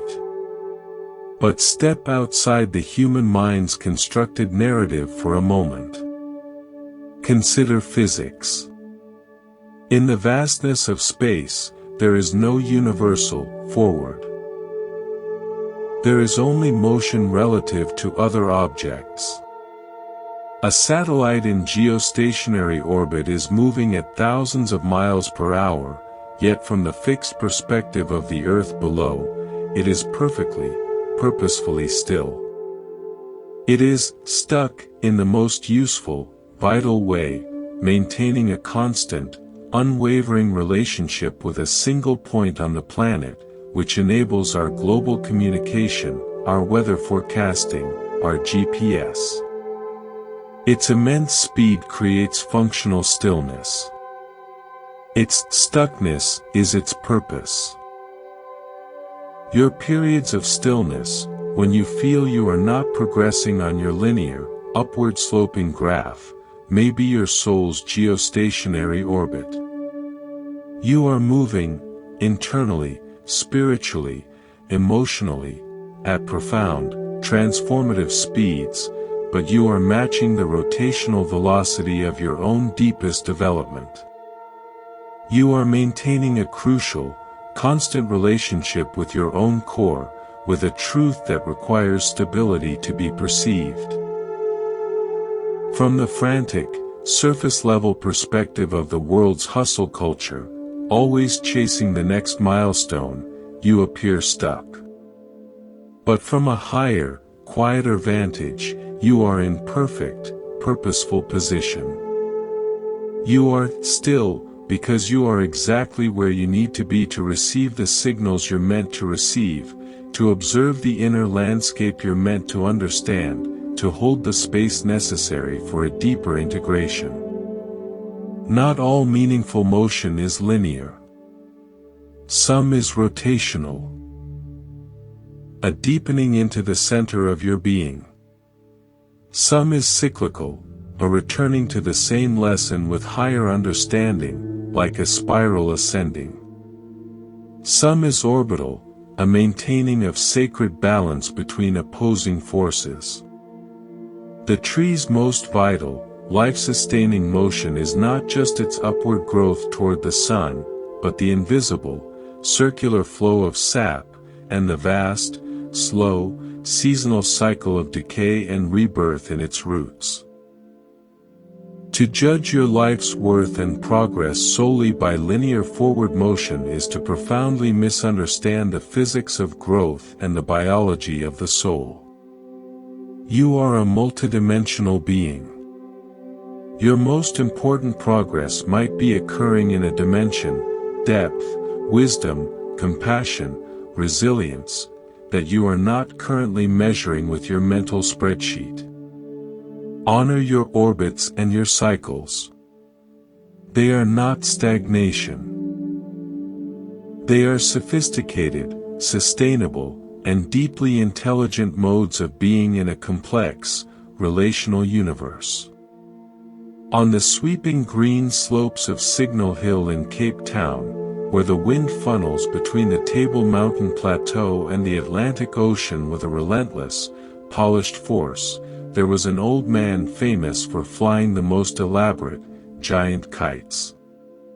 His kites were not toys, they were intricate constructions of bamboo and colored silk, artworks that required an hour of careful assembly. A young boy, struggling to get his simple, store-bought diamond kite airborne, watched in awe. The old man's kite, a magnificent dragon with a long, undulating tail, danced and soared against the bright blue sky, while the boy's kite repeatedly nosedived into the grass. Frustrated and embarrassed, the boy finally gathered his courage and approached. "Mister," he asked, "what's your secret? How do you keep it so steady up there? Mine just falls." The old man smiled, his eyes never leaving his soaring creation. The secret, young captain, he said, is not in keeping it steady. It is in responding to the unsteady wind. He walked over and, to the boy's shock, handed him the large, worn wooden spool. Here. Feel this. The boy took it, expecting a constant, firm, pulling tension. Instead, what he felt transmitted through hundreds of feet of string was a dynamic, living conversation. A rapid series of tugs, sudden releases, and constant, humming vibrations. It was alive in his hands. You are trying to force the kite into a single, stable position in the sky, the man explained, his voice calm over the wind. But the wind is not stable. It is alive. It gusts, it lulls, it changes direction by the second. When you feel a strong tug, you don't pull back harder. That creates a fight, and the kite loses. You let a little string out. You give it permission to rise or dive with the gust, to ride the energy, not resist it. When the tension goes slack, you don't panic and reel in wildly. That creates loops and crashes. You gently take in line, inviting it to find the pocket of wind again. Control is not domination. It is a sensitive, ongoing negotiation with a force greater than yourself. He pointed to his own dragon kite, which was now dipping dramatically in a sudden lull before catching a new current and soaring again. See that dive? To your eye, it looks like a loss of control, a mistake. But it's how the kite sheds excess pressure from a sudden gale, so its bamboo spine doesn't snap. The dive is part of its stability. Your crashes happen because you fight every dip, every tug. You see them as errors to be corrected by brute force. But they are the kite's language. They are its way of telegraphing to your hands what the wind is doing way up there, in a place where you cannot feel it directly. The boy looked from his pathetic kite on the ground to the vibrant, humming string in his hands. He stopped trying to force it up. He waited. He felt. When a gust came, he let the line slip deliberately through his fingers. The kite wobbled, caught the wind, and began a shaky, uncertain, but genuine climb. It wasn't graceful yet, but it was flying. For the first time, he wasn't at war with the wind, he was in communication with it. He was listening. Your life is that kite. The winds are your circumstances, unpredictable, powerful, constantly changing in speed and direction. Your plans, your expectations, your grip on how things should be, that is the string in your hands. When you feel a strong tug, an unexpected opportunity, a sudden challenge, a powerful emotion, your instinct is to pull back, to resist, to try to force stability through rigidity. But true stability, like the kite's, comes from responsive release, from giving a little line, from allowing the greater force to move you creatively. When you feel slack, boredom, stillness, a lack of direction, your instinct is to frantically reel in, to create artificial tension and drama. But that slack is an invitation to gently gather yourself, to wait with attentive hands for the next breath of wind, the next natural impulse.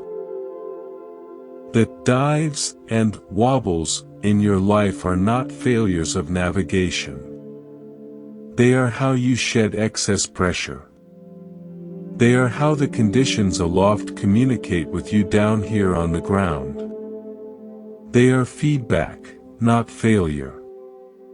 Stop trying to force a rigid, straight, unnaturally stable flight path. Learn the delicate art of dynamic negotiation. Feel the string. Listen to the tugs. Respect the slack. And enter into a dance with the wind, where control means partnership, not domination. In a small, rain-gray European city, there was an archivist whose life's work was not in books or paintings, but in sound. He collected lost sounds. Not music or speeches, but the ambient audio of places and things that had ceased to exist. The specific, resonant creak of a wooden bridge demolished a decade ago. The unique, rhythmic hum and clatter of a typewriter factory that had closed its doors in the 1970s. The particular echo in the vaulted hall of the old train station before its renovation into a sterile shopping mall. He captured these on antique reel-to-reel tape recorders, meticulously labeled and filed in a climate-controlled basement. A journalist, doing a piece on obscure passions, found it poetically tragic but ultimately pointless. "It's just noise," she said gently, trying not to offend. "It doesn't do anything. History is preserved in books, in photographs, in architecture." The archivist smiled, a distant look in his eyes. He walked to a shelf, selected a spool, and threaded it onto a machine. He pressed play. The sound that filled the small room was the gentle, persistent patter of rain on a corrugated tin roof, with a low, wooden groan underneath. He closed his eyes. "A photograph shows you the what," he said, his voice almost a whisper. "A sound reminds you of the how. How the rain felt in that place. How time passed in that attic room of my childhood home, which was torn down 20 years ago. This creak," he said, switching to another tape, a lonely, singular creak thump, "is from the 5th step of my grandmother's staircase. Every visit, it said hello in its own voice before she did. These sounds, they are the texture of lived time. They are the atmosphere in which memory breathes." He let the rain play softly in the background, a ghostly weather in the dry room. We think we progress by building new things on empty lots.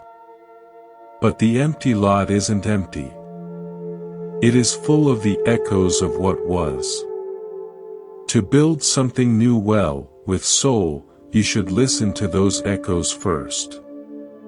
They tell you what the land remembers, what the community's heartbeat used to be. Your new building will have a dialogue with that lost soundscape, whether it knows it or not. He gestured to the shelves, hundreds of spools holding silent sonic ghosts. People think my archive is about clinging to the past. It's not. It's about understanding the layers of the present. The now is always, always layered with these invisible sounds. Your present moment contains the echo of every choice you didn't make, every path you left, every version of yourself you outgrew or released. That's not a haunting. It's a richness. It's the depth of your field. When you feel a sudden, quiet pang of, what if, not regret, but a fleeting sense of a phantom life. You're not being disloyal to your current path. You're hearing the faint, beautiful echo of a lost sound from a life you didn't lead. And that echo is part of the complex, layered, beautiful soundscape of the life you are leading. He turned off the machine. The silence felt different now, charged. Don't try to silence those echoes. Don't treat them as distractions or regrets. Listen to them. They add bass notes to your melody, resonance to your chords. They give your present experience its poignant, unique depth. Your untaken paths are not failures, they are the harmonies you chose not to sing, but their notes still vibrate in the key of your being, adding to the fullness of your song. Your present moment is an archive of lost sounds. The echo of abandoned dreams, past loves, former selves, roads not taken. We often treat these echoes as enemies of our current focus, as nostalgic distractions to be silenced with positive thinking. But what if they are not adversaries of your chosen path? What if they are the resonant atmosphere, the reverb, that gives your current reality its richness, its texture, its emotional depth? That quiet pang of, what if, isn't a sign you're off track, it's proof that your existence has dimensionality, that multiple potentials and histories hum just beneath the surface of your singular reality. You don't have to follow every echo. You made a choice. But you can acknowledge these ghosts of possibility as part of your unique, complex soundscape. They are the background notes, the subtle harmonies, against which the clear melody of your chosen life is played. They don't detract from the melody, they make it richer, more poignant, more uniquely, authentically yours. Your past and your unlived lives are not dead. They are the ambient music in the cathedral of your now, giving your steps echo, your voice depth, and your story a sense of timeless scale. We profoundly, and painfully, confuse surrender with defeat, with giving up. We treat them as synonyms, but they are not. They are opposites. Giving up is resigning from the journey itself. It is turning your back on the river because you're tired of swimming, declaring the water too cold, the current too strong, the far shore not worth the effort. It is a cessation of hope and participation. Surrender is something entirely different. It is a conscious change in your mode of travel. It is stopping the exhausting, futile effort of swimming upstream against the current of what is. It is turning onto your back, floating, and letting the current carry you while you use your energy not to struggle, but to steer gently, to observe the passing banks, to breathe fully. Surrender is moving from resistance to intelligent participation. The ego, the part of us that believes it is the sole author of our life, screams that to surrender is to lose control. But what control did you ever truly have? You could not control the market crash, the genetic predisposition, the other person's heart changing, the global pandemic, the unexpected loss. You could only ever control your white-knuckled, exhausting grip on the expectation that those things should not have happened. That grip is what drains you. That struggle against reality is the source of the fatigue. It changes nothing about the river's course. Surrender is the courageous, conscious act of unclenching that grip. It is not passive. It is the most active state of trust imaginable. It takes tremendous inner strength to release the cherished illusion of control and to place your faith in the intelligence of the current, in the unfolding process of life itself. You are not abandoning the journey, you are finally allowing the journey to carry you, which is what it was trying to do all along. You become a participant in the flow, rather than an adversary fighting it. From that place of participation, of floating instead of frantic swimming, clarity emerges. You can see the riverbanks clearly. You notice the tributaries feeding in, the fallen logs that are not obstacles but part of the scenery.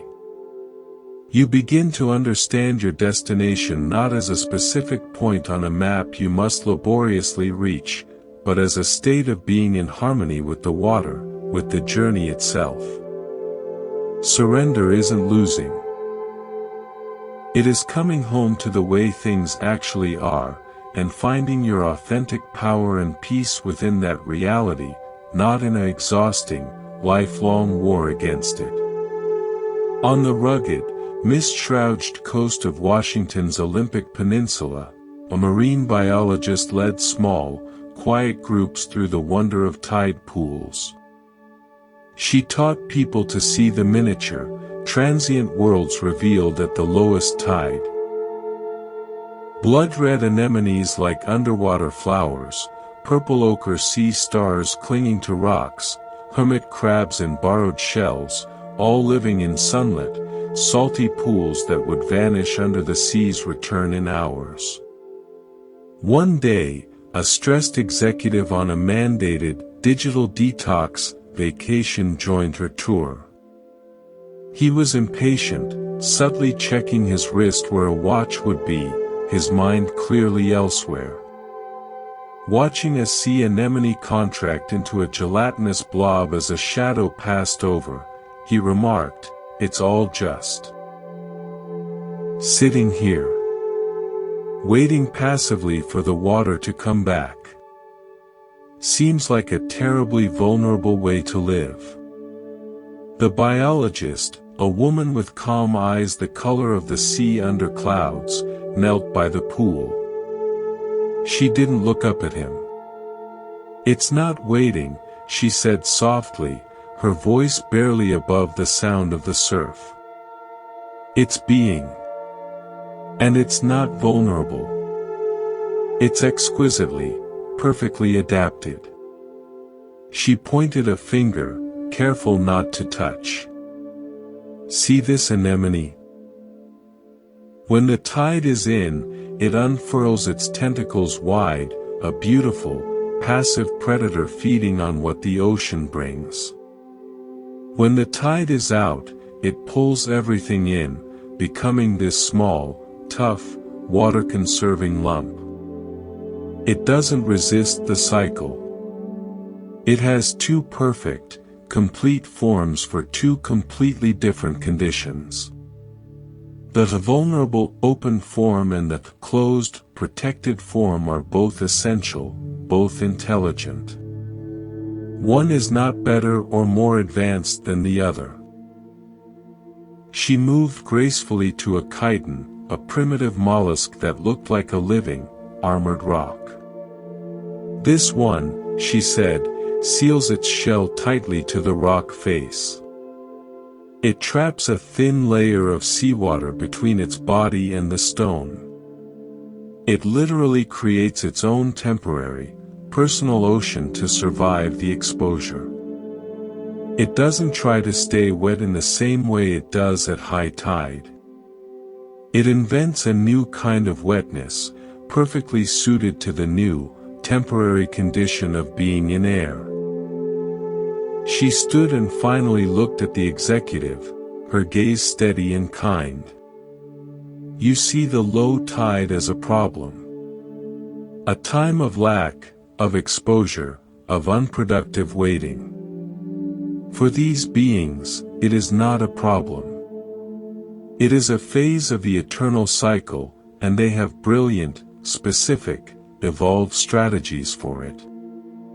Your low tide periods, when external resources feel scarce, when you feel emotionally exposed, when you must pull in your energy and conserve, these are not failures of your high tide abundance. They are a different, necessary phase of your cycle. They require a different strategy: pulling in, conserving, sealing to your rock of inner truth, trusting absolutely that the water will return.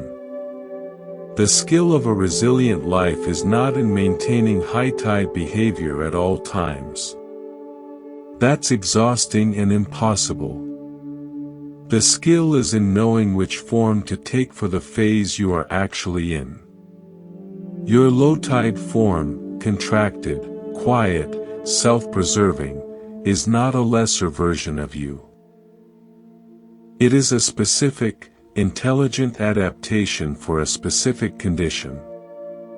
Master both forms. The anemone doesn't curse the sun. It becomes a lump. And when the water returns, it becomes a flower again. No drama.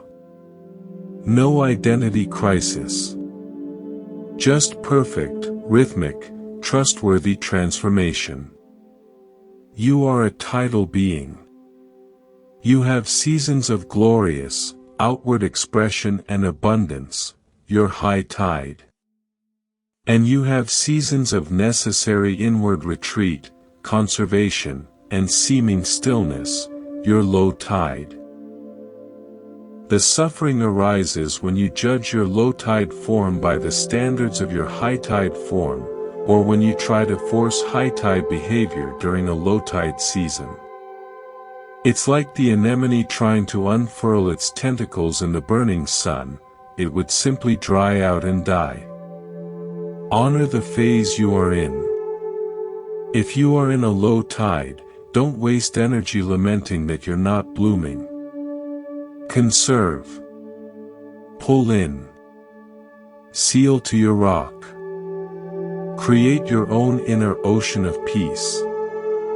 Trust the moon that pulls the great sea. Your tide will turn. And you will bloom again, not in spite of the contraction, but because of the wisdom and rest it provided. In music, the rest note is not the absence of sound. It is an active, intentional, shaping force. It creates rhythm, the heartbeat of the piece. It builds suspense, the held breath before revelation. It provides emphasis, the silence that makes the next note land with profound weight. The resonant silence after a dramatic crescendo is what allows the music to vibrate in the hollow of the listener's chest, to be felt rather than just heard. Without rests, music is just noise, an exhausting, meaningless barrage of sound where nothing can be distinguished, and nothing can be cherished. In language, the comma, the period, the paragraph break, these are not interruptions to the meaning. They are the architects of clarity, the midwives of understanding. They give thought room to breathe. They allow one idea to be received, settled, and integrated before the next arrives. They create the space in which comprehension blooms. A page without punctuation is a frantic, confusing scream. Your life needs rest notes. It needs punctuation. The day you cancel all plans and do what the world calls nothing. The week you take a true break from the digital noise. The month after a big project ends where you feel aimless, purposeless, floating. The year that seems to be a holding pattern, where no obvious forward progress is visible on any of your mental spreadsheets. These are not wasted time. They are not evidence of laziness or lack of ambition. They are the essential rests in your personal symphony. They allow the previous movement, the intense project, the consuming relationship, the period of immense effort, to resonate within you. To be digested. To be integrated into the fabric of who you are becoming.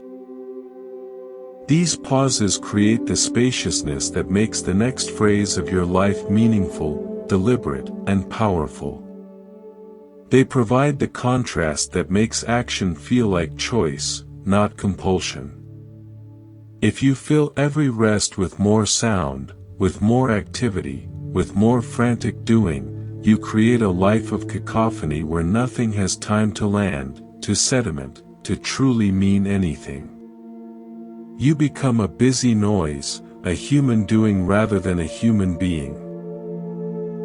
You risk living a life where experiences blur together into a stressful smear, because you never stop to hear the echo of the last note before playing the next.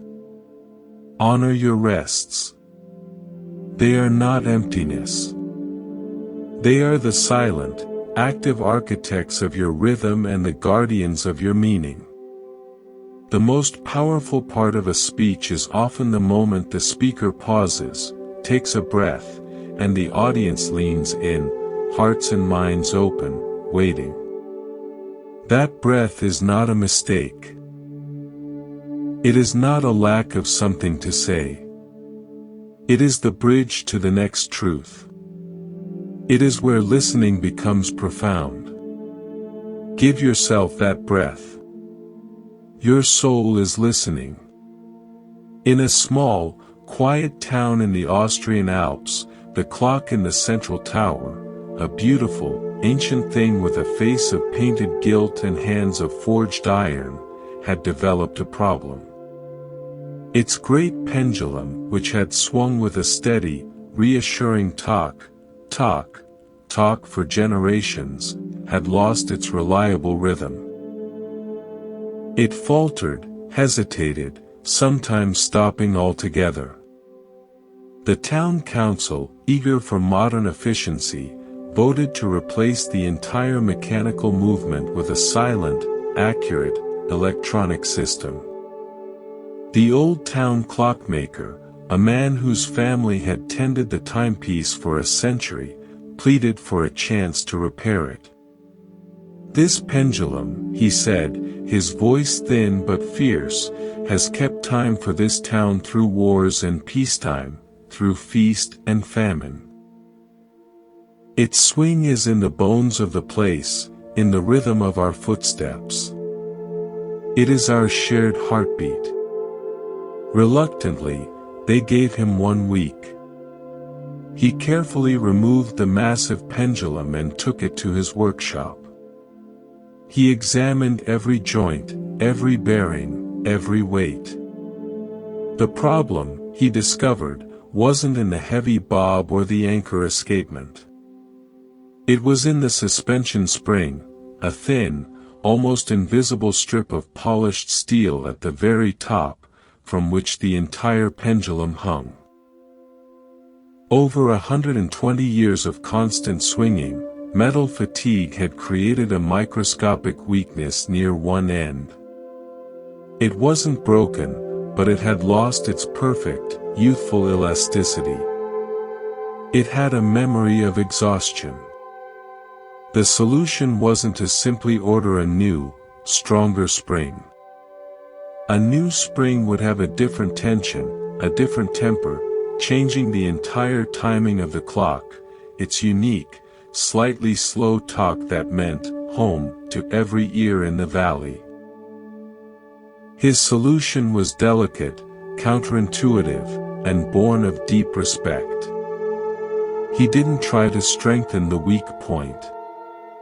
Instead, with files finer than hairs, he carefully, gradually thinned the metal on either side of the fatigued spot, just a fraction of a millimeter.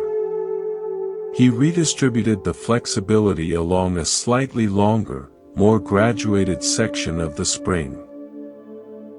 The weakness was still present, but the pendulum's swing would now be borne by the newly resilient zones, gracefully bypassing the tired point without ever cutting out the original, historic metal, the metal that had swung through the birth of every elder in the town.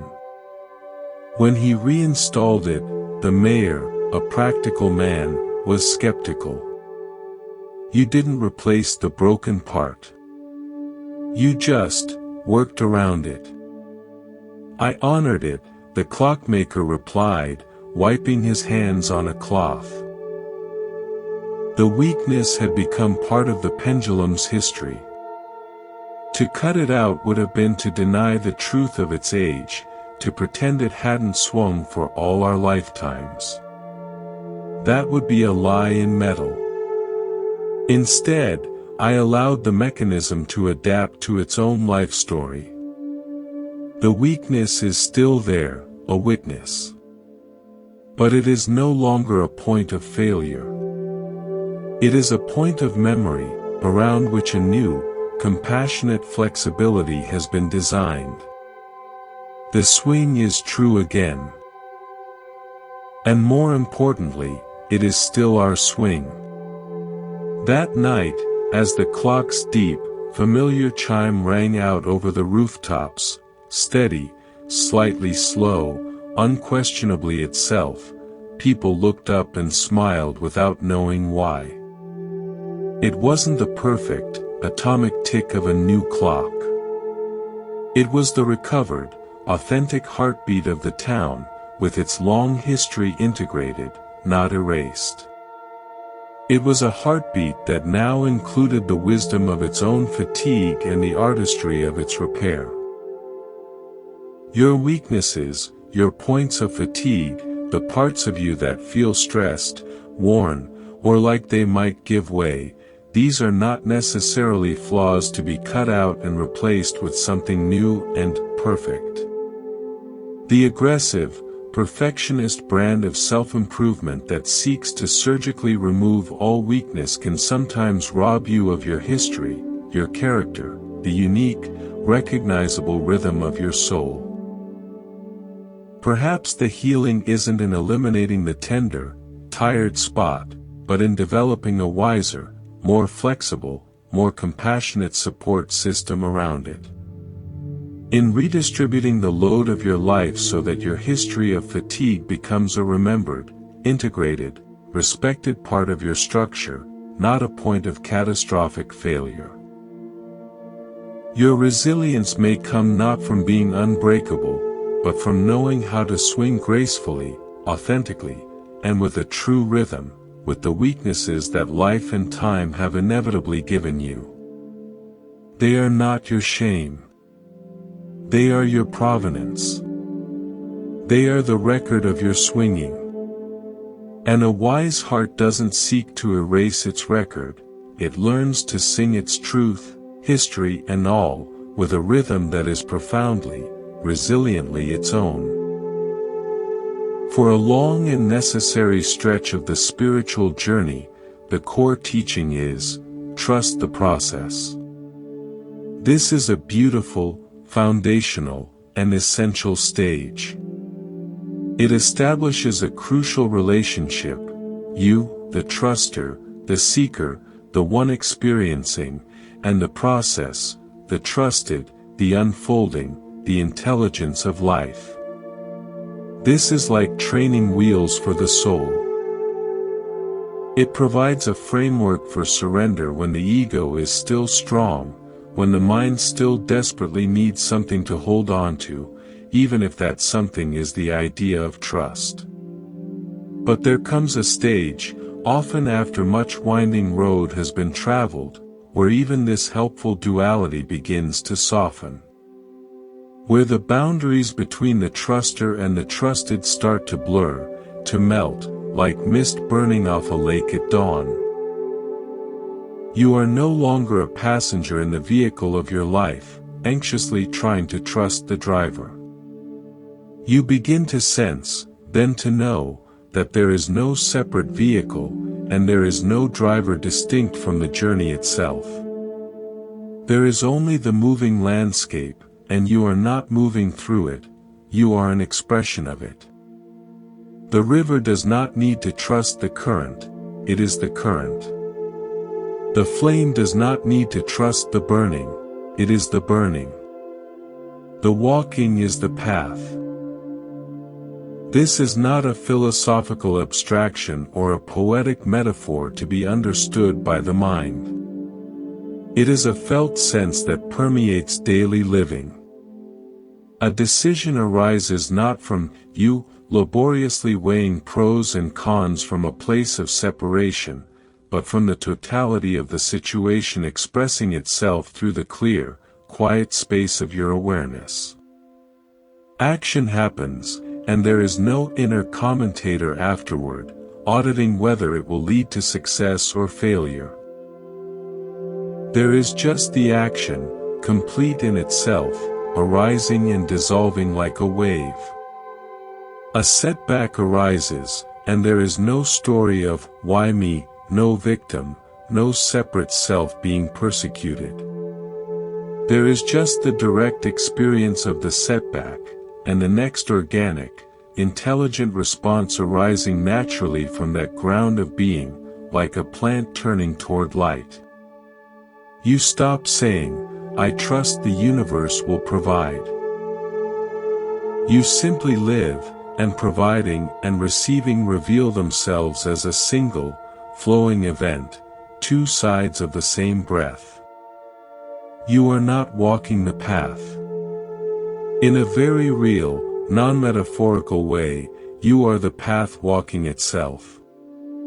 Your foot meeting the ground is the destination manifesting in real time. Your breath drawing in is the universe providing. This is the end of seeking, not because you have found a special answer, but because you have realized you are what you sought. The peace you longed for is the peace you inherently are, when you stop separating yourself from the unfolding. This is not a goal to achieve through more effort, but a reality to recognize, often through the exhaustion of all effort, leaving only what has always been, shining unobscured, the suchness, the isness, of this, here, now. In a San Francisco bakery famed far beyond its neighborhood, the baker kept a sourdough starter that was a local legend. It was a living culture of wild yeast and bacteria, over 120 years old, passed down from baker to baker through earthquakes, fires, booms, and busts. It lived in a simple, cracked ceramic crock, fed daily with flour and water. A food scientist, fascinated by its longevity, visited. You keep it in this? He asked, pointing at the humble crock. No temperature-controlled vault. No cryogenic backup. It's so vulnerable. One mistake, one bad batch of flour, one contaminant, and a century of history, of unique microbial ecology, is just gone. The baker, a man with forearms dusted in white, was feeding the starter. He stirred in the flour and water with a worn wooden spoon, the motion a daily sacrament. That's the point, he said, not looking up. Its strength is its vulnerability. It is not a frozen specimen in a lab. It is a relationship.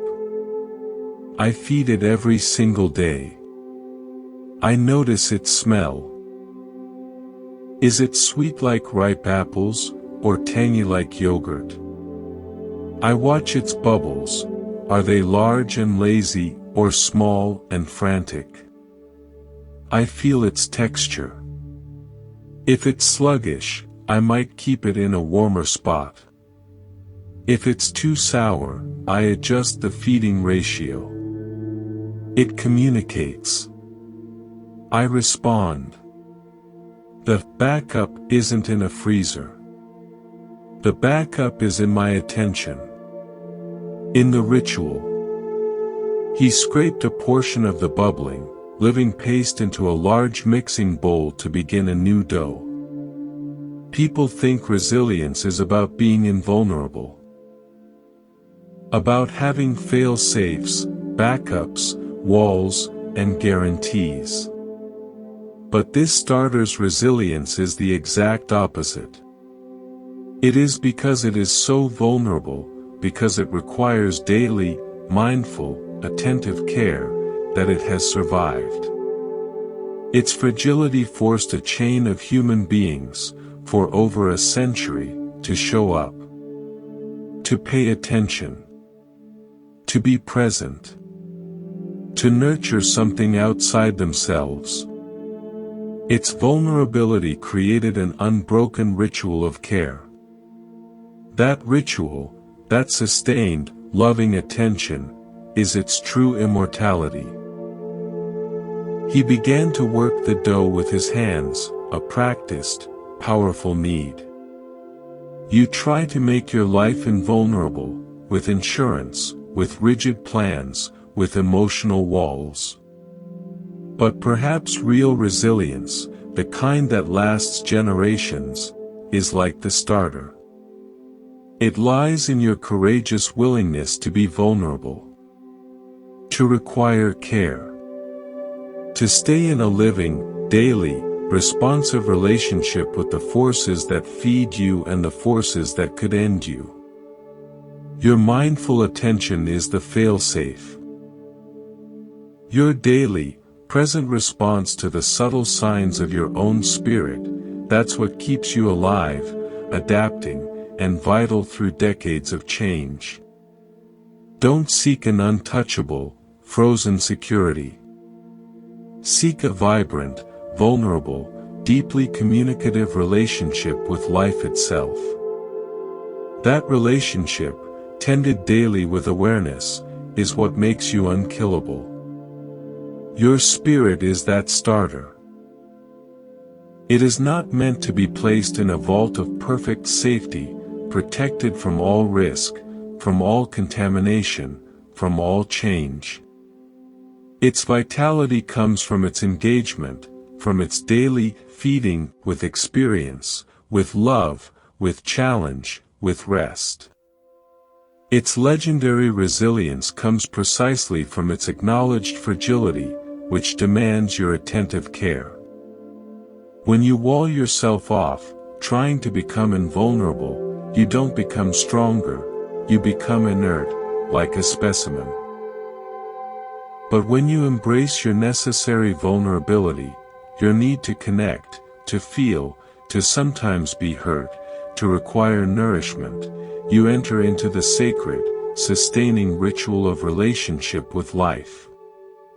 That attentive, daily dialogue is the source of a resilience that can withstand centuries. Tend to your starter. Feed it with presence. Listen to its bubbles.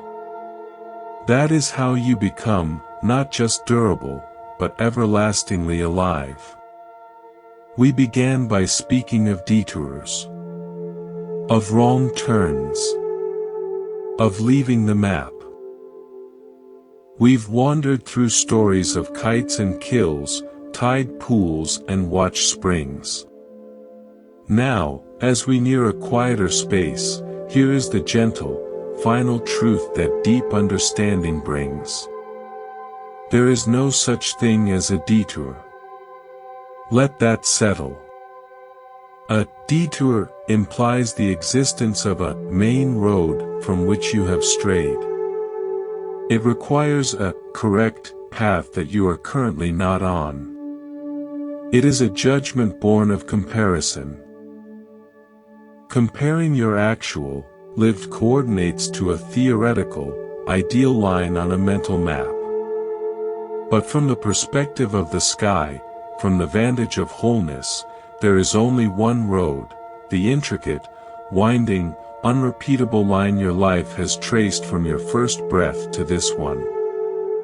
Every single step, including the steps you took in confusion, in fear, in rebellion, in joy, in what you labeled error, or failure, or wasted time, every single one is part of that one, continuous, sovereign line. It is your authentic signature written across time. The main road was a story you told yourself. A comforting, simplifying fiction of how it should have gone, drawn from the expectations of others, from societal timelines, from the limited imagination of your earlier self. But reality, the Dharma, the Tao, the isness of things, doesn't follow stories. It unfolds according to a logic of such breathtaking complexity, creativity, and intelligent adaptation that our planning minds can only grasp faint shadows of it. The map is not the territory. The story is not the life. The path you are on right now is not the second best option. It is not a consolation prize. It is the only option, because it is the one that is actually happening. It is reality itself. To call it a detour is to reject reality in favor of a phantom. It is to suffer by comparing what is to what is not, and can never be. The moment this truth moves from your intellect to your bones, the moment you truly embrace that this winding, surprising, sometimes difficult road is your actual and only path, a profound softening occurs. Resistance melts. The exhausting inner war of comparison ceases. You stop measuring your vivid, messy, beautiful reality against the smooth, painless ghost of a road that never existed. You are not on a detour. You are on your path. It may be overgrown with vines of uncertainty. It may switch back in ways that make your head spin. It may pass through dark valleys of sorrow and over sunlit peaks of joy. But it is yours. And it is leading you, step by step, breath by breath, not to a destination out there marked on an old map, but to a deepening realization in here, that you were always home. The seeking itself, with all its glorious wanderings and perceived wrong turns, was the homecoming. The destination was never a place on a map. The destination was, and is, the arrival of this understanding, in this heart, in this moment. And look!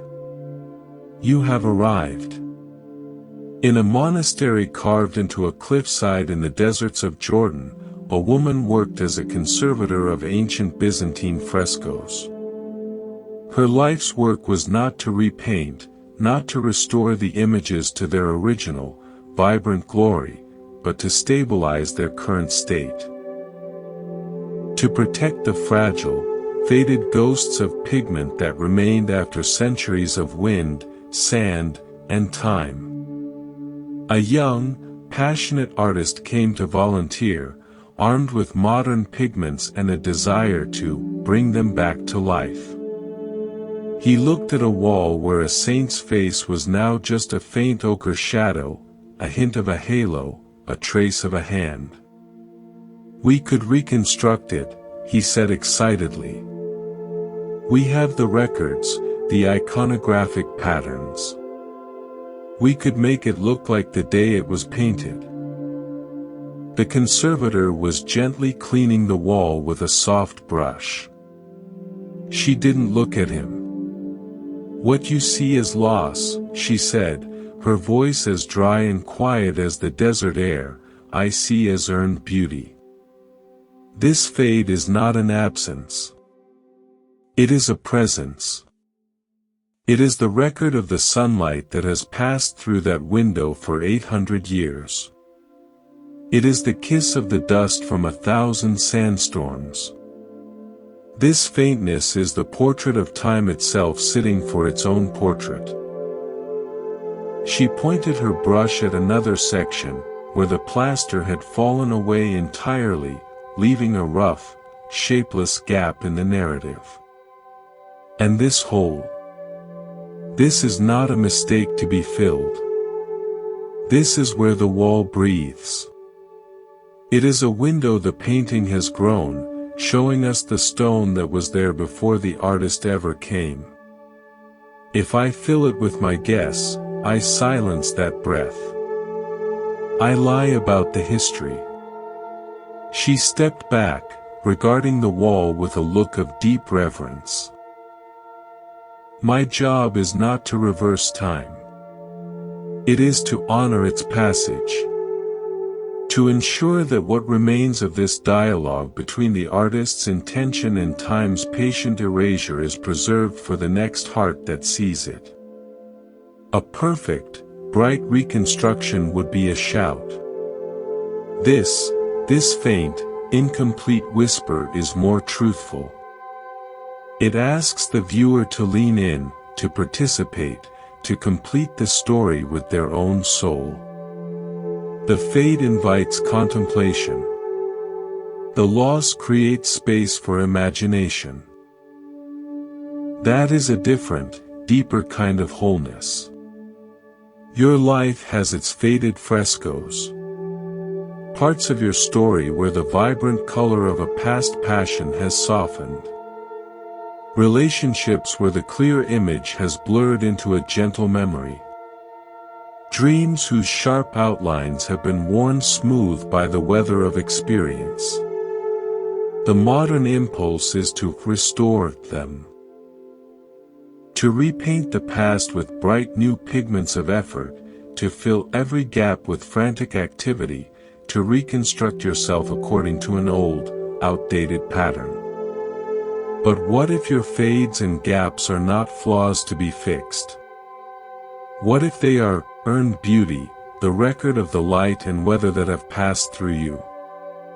That faint memory of an old joy, its very softness may be what makes it precious now, a gentle whisper instead of a demanding shout. That gap where a dream once lived. That breathing space may not be an emptiness, but a window that has opened to show you the bedrock of your being beneath the old painting. Your wholeness does not require every wall to be brightly repainted, every gap to be filled with plaster of new plans. Your wholeness may be the graceful, truthful composition of what remains, the vibrant sections, the faded passages, the breathing gaps, all held in a stable, sacred trust. Honor the passage of time on your soul's fresco. Preserve the whisper. Respect the breath of the gaps.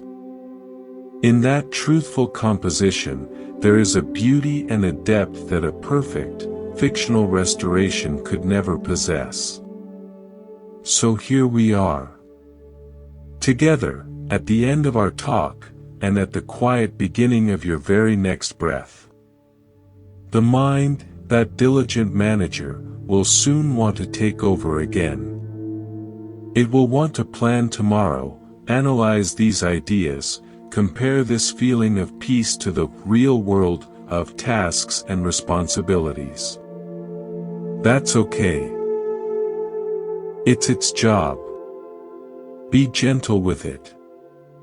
Thank it for its concern, and lovingly invite it to rest. But before you go, before you re-enter the stream of doing, take this one last moment with me. In this shared silence, feel the weight of your body, wherever it rests, the gentle pressure of the chair, the soft support of the bed, the solid, faithful ground of the floor beneath your feet. Listen to the subtle sounds in the space around you. The hum of silence, the distant traffic, the settling of a house, your own heartbeat. Notice, without changing it, the gentle, automatic rise and fall of your own breathing. In this moment, there is no detour to lament. No destination to anxiously seek. No map to consult. There is just this. The sacred ordinary. The process, being itself. You, being yourself. Entirely. Completely. Here. You don't have to figure it all out tonight. You don't have to fix anything, change anything, or become anyone new. You just have to breathe. And then, when that breath is complete, breathe again. That is enough. That is the practice. That is the entire path, distilled into its simplest, most profound form. Wherever you go from here, whatever path unfolds before you tomorrow, carry a few quiet things with you. Remember the night gardener of Kyoto, who saw the cat's prints not as ruin, but as collaboration. Remember the mapmaker in the highland fog, who learned to navigate by listening to the land's breath. Remember the potter whose cracked kiln revealed a wilder, more beautiful art. Remember the watch whose healed rhythm included the memory of its break in its authentic tick-tock. Remember that your story is being woven with threads of both gold and shadow, and both are absolutely necessary for the pattern to hold truth, beauty, and meaning. You are not behind. You are not lost. You are not off track. You are in the middle of a living, breathing masterpiece that is learning, moment by moment, to create itself. And your simple, courageous willingness to show up for it, to feel it, to walk it, to trust it even when you cannot see the way, that is the most beautiful, trustworthy thing of all. Thank you for listening. For sharing this time. For the courage it takes to stop and consider the winding road. This has been Monk's Temple. May you walk your unique, winding path with ever-increasing grace. May you find pockets of profound peace in every single step. And may you remember, in your heart of hearts, that you were always, and will always be, already home. Good night. On a wide, brown tributary of the Amazon, there was an old ferryman who piloted a simple wooden boat with a single, puttering engine. He carried people, chickens, sacks of grain, and sometimes quiet conversations from one muddy bank to the other. The trip was not direct. The river's current was strong, and his boat was slow. He did not fight the current to make a straight line. Instead, he pointed his bow upstream, at a sharp angle, and chugged diligently. The current pushed the boat sideways, and through this combination of efforts, the boat moved diagonally, gradually, across the flow. A young ethnobotanist from the city, impatient to reach her research site, sat at the front. "Why don't you go straight across?" she called over the engine's noise. "It would be faster." The ferryman, his eyes on the water ahead, shook his head. "Go straight, the current takes you far downstream. You waste more time fighting, use more fuel, and arrive in the wrong place, tired." "This way," he said, patting the worn wooden rail, "we work with the water. We let it carry us a little, while we go our way a little. We arrive where we mean to, and the river is not our enemy. It is our partner. The path is not a straight line. It is a understanding with the water." He adjusted the tiller slightly, reading eddies she couldn't see. "You want to go straight to your destination. But the river has its own mind. The wise path is not the shortest one on a map. It is the one that knows the mind of the river.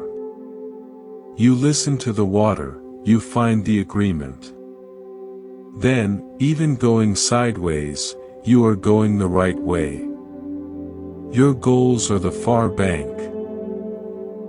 Your effort, your intention, is the boat's engine. The current is the flow of life, circumstances, timing, the energy of others, reality itself. You can exhaust yourself trying to force a straight, head-on confrontation with the current, burning fuel, your energy, and still ending up far downstream from where you wanted to be, frustrated and spent. Or, you can learn the ferryman's wisdom. Point your intention upstream, engage your effort, but allow the current to carry you sideways. Move diagonally. Work with the flow, not against it. The path to your destination may not look like a direct charge. It may look like patient, diagonal, cooperative progress. It is not giving up. It is finding the intelligent agreement with the forces at play. The river is not your obstacle, it is the medium of your journey. Learn its mind, and you will find the way across. In the vast, red heart of the Australian outback, where the night sky is a breathtaking spill of crystal-clear stars undimmed by city lights, an elderly Aboriginal elder was known as a reader of the night. He didn't use telescopes or charts. He knew the stories, the constellations as his ancestors had sung them for millennia, the emu in the dark spaces between the Milky Way, the seven sisters fleeing across the sky. A young astronomer from a university, there with sophisticated equipment to study stellar phenomena, sought him out. He showed the elder a satellite image of a distant nebula, a colorful cloud of gas light-years away. This, the scientist said, is what's actually there. Not the pictures your people saw in the stars, but the physics. The elder looked at the glowing image on the screen, then up at the infinite, silent sky. He was quiet for a long time. Your picture tells a story of gas and distance, he said finally. Our stories tell a story of law, of kinship, of where to find water, of how to behave. The stars are the same. The story is different. He pointed to a cluster. You see a stellar nursery. I see the campfire of the ancestors, telling us we are never alone. Which story is more true? Yours tells the what. Ours tells the why. We need both to know where we are. He turned from the screen back to the living sky. You look at the stars to understand the universe out there. We look at the stars to understand the universe in here. He touched his chest, and between us, he gestured to the land and the invisible people in the dark. Your map is of space. Our map is of meaning. A traveler needs both kinds of maps. One tells you the coordinates. The other tells you if you are welcome in this place, and what your responsibility is to it. You navigate by two maps. One is the external map of facts, plans, and logical coordinates, the what and the how. The other is the internal, ancestral map of meaning, belonging, and purpose, the why and the for whom. When you feel lost, it may not be that your external coordinates are wrong. It may be that you've been consulting only one map. You know the logical route to the destination, but the journey feels empty, directionless, because it lacks meaning. Look up. Consult the older map. Ask the stars of your own soul, what is the story here? What is my kinship with this path? What law of my heart does this journey honor? The coordinates get you to the place. The story makes the place a home. Don't discard one map for the other. You are a traveler who needs both to know, truly, where you are. In the quiet, wood-paneled depths of Helsinki's National Library, there was a special collection overseen by a librarian with an almost reverential demeanor. It was the collection of silent books, volumes that had been published but never loaned out, not once, since their acquisition. They sat pristine, their spines uncracked, their pages never turned by a seeking eye. A young, data-driven library analyst was reviewing efficiency reports. She pointed to the collection. Statistically, they're dead weight. Shelf space, climate control, cataloging effort, all for zero engagement. We should deaccession them. Make room for high circulation titles. The old librarian ran a finger along a row of pristine spines. Their value is not in circulation, she said, her voice as soft as the library's hum. Their value is in their potential. They are a reservoir of unspoken thoughts, of stories waiting for their one right reader.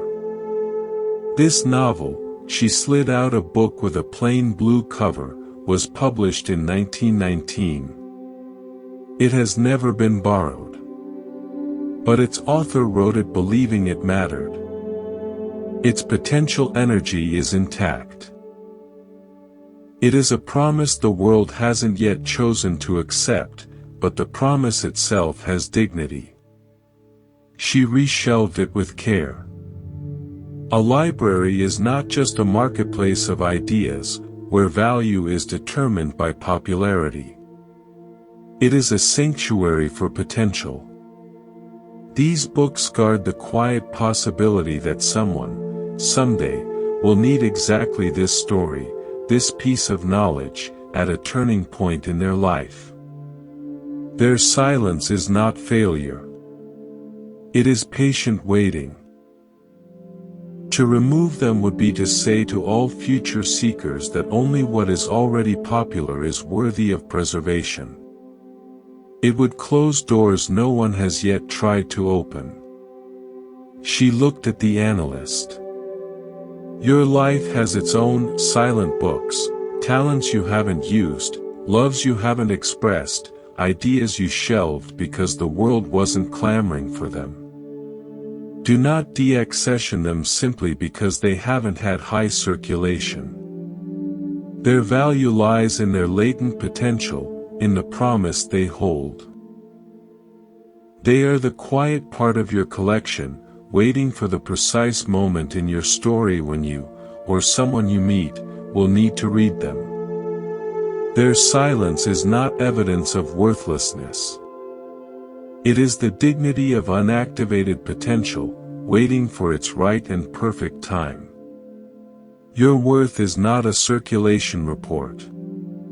You carry within you silent books, dreams, feelings, aspects of your personality that have not yet found their audience, their expression, their moment.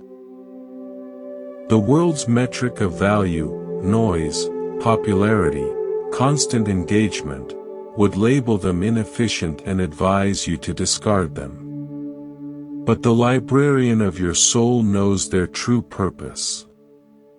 They are a sacred reservoir. They are potential energy held in trust.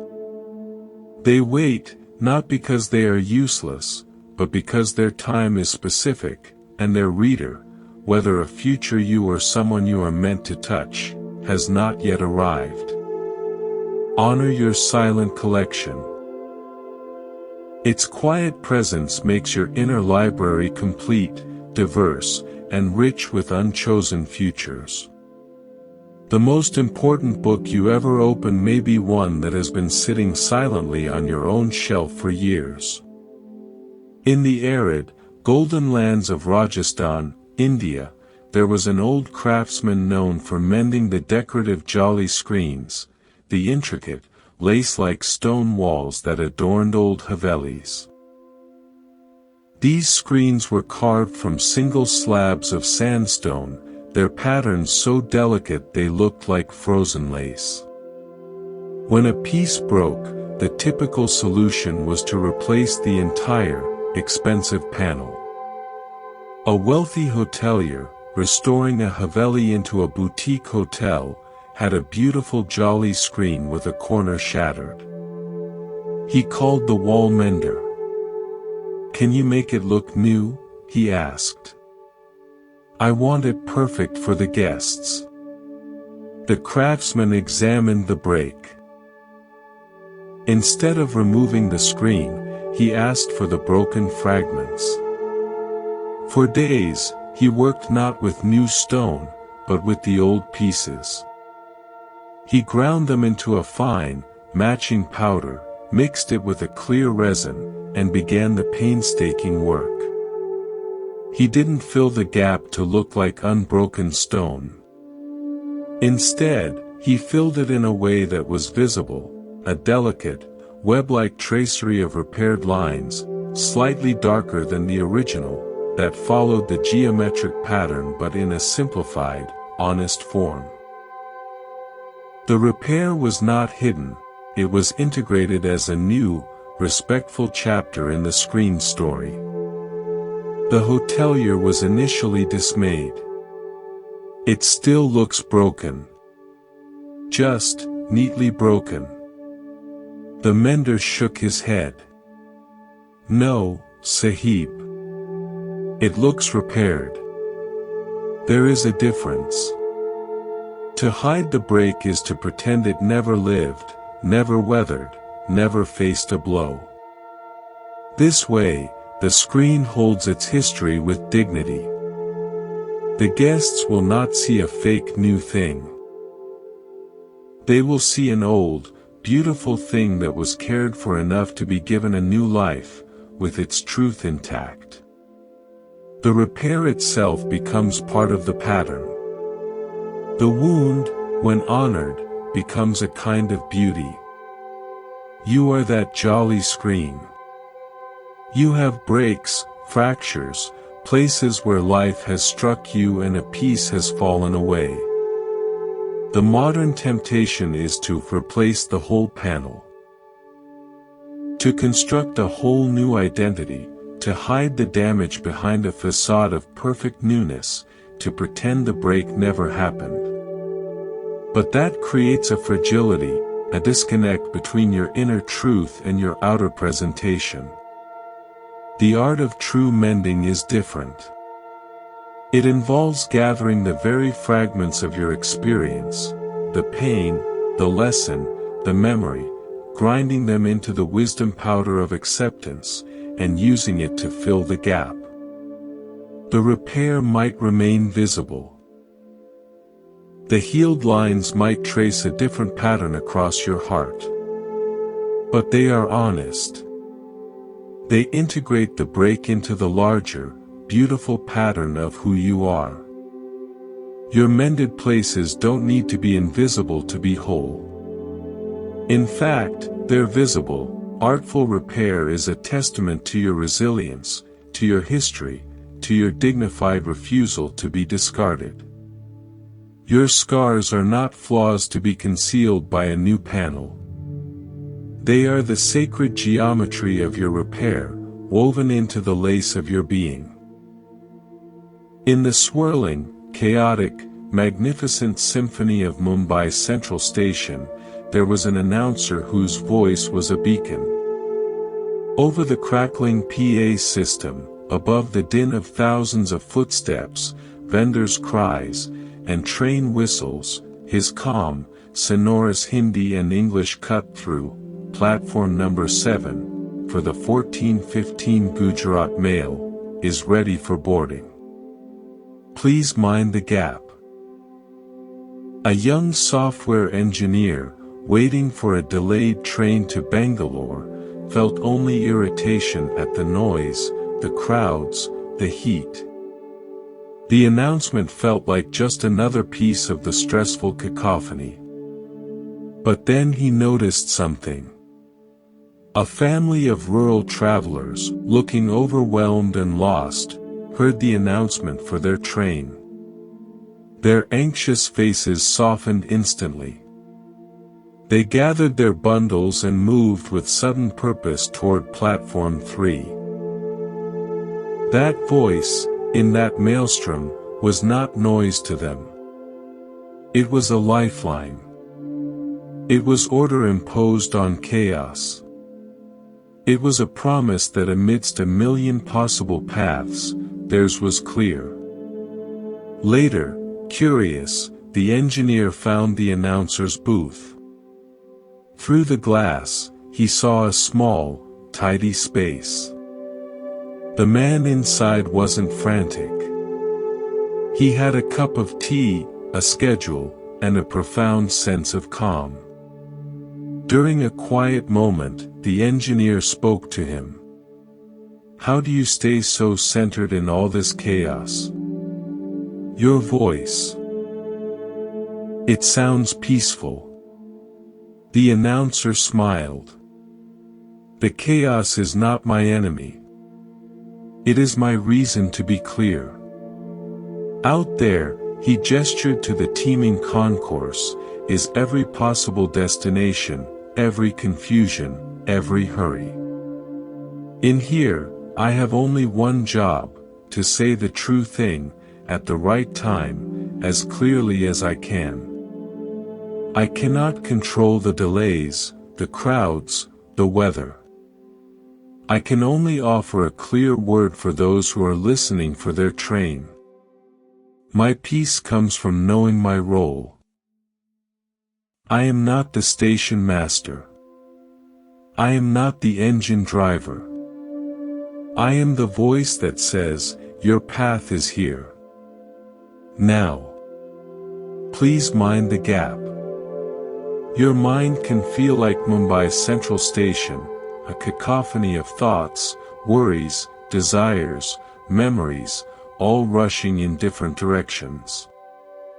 In that internal chaos, you try to be the station master, the engineer, the ticket seller, and the passenger all at once.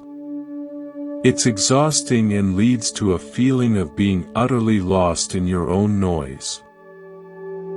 Perhaps the first step to inner peace is not to silence the entire station, an impossible task, but to find your announcer's voice. To identify your one, clear, true role in this moment. Not to control everything, but to speak the one true thing you know, the next right action is here. Now. Please mind the gap between thought and action. Your inner announcer doesn't argue with the chaos, it exists to provide a point of clarity within it. Its power comes from its focus, its repetition, its unwavering commitment to truth-telling. Find that calm, internal voice. Let it speak your platform number. Your direction. Your now. And trust that those who need to hear it, the lost, anxious parts of your own being, will hear it, and begin to move. We have walked together through many stories, across many landscapes. From Kyoto gardens to highland fog, from cracked kills to tidal pools, from silent libraries to bustling train stations. Each story, a different lens on the same truth, that the winding path is the real one. That the detour is the pilgrimage. That the break can become the beauty. That trust is not blind, but a seeing in the dark. Let me leave you with one final, synthesizing image. Imagine you spend years fighting your way through a dense, thorny thicket. You have a map that says there's a magnificent garden on the other side. You push, you scrape, you get lost, you curse the thorns. You call every scratch a detour, every dead end a failure. One day, exhausted, you simply stop fighting. You sink to the ground. And in that moment of surrender, you notice something. The thicket isn't a wall. It's a border. And you are not in the middle of it. You are in a small, sun-dappled clearing you never saw while you were thrashing. You look around. The clearing is full of wildflowers you've never noticed. A small, clear spring bubbles up from a mossy stone. The air is sweet. It is already beautiful. It is already peaceful. You realize the terrible, wonderful truth: you have been in the garden all along. You were just calling it a thicket because you were so focused on fighting your way to a garden on a map. The thorns were only thorns because you were pushing against them. The moment you stopped, they became the protective hedge around your sacred clearing. The destination you sought, peace, belonging, beauty, home, was not on the other side of the struggle. It was in the heart of the journey itself, waiting for you to stop long enough to see that you were already there. The winding path didn't lead you to the garden. The winding path was the garden, unfolding. Your life is that clearing. The thicket of your challenges, delays, and confusions is not a barrier separating you from your good life. It is the defining edge, the natural boundary that gives your clearing its shape, its privacy, its unique ecology. The scratches are proof of your passage, not proof of your error. So tonight, as you drift towards sleep, let this be your final thought. Stop fighting the thicket. Sink down into the clearing you are in. Look at the wildflowers already growing at your feet. Taste the spring water already bubbling up within you. You are not on your way to the garden. You are in it. You have always been in it. The only journey left is to deepen your roots here. And to bloom, wildly and authentically. Exactly where you are. Thank you for walking this winding path with me tonight. This is Monk's Temple. May you rest deeply in your own beautiful, imperfect, perfect clearing. Good night.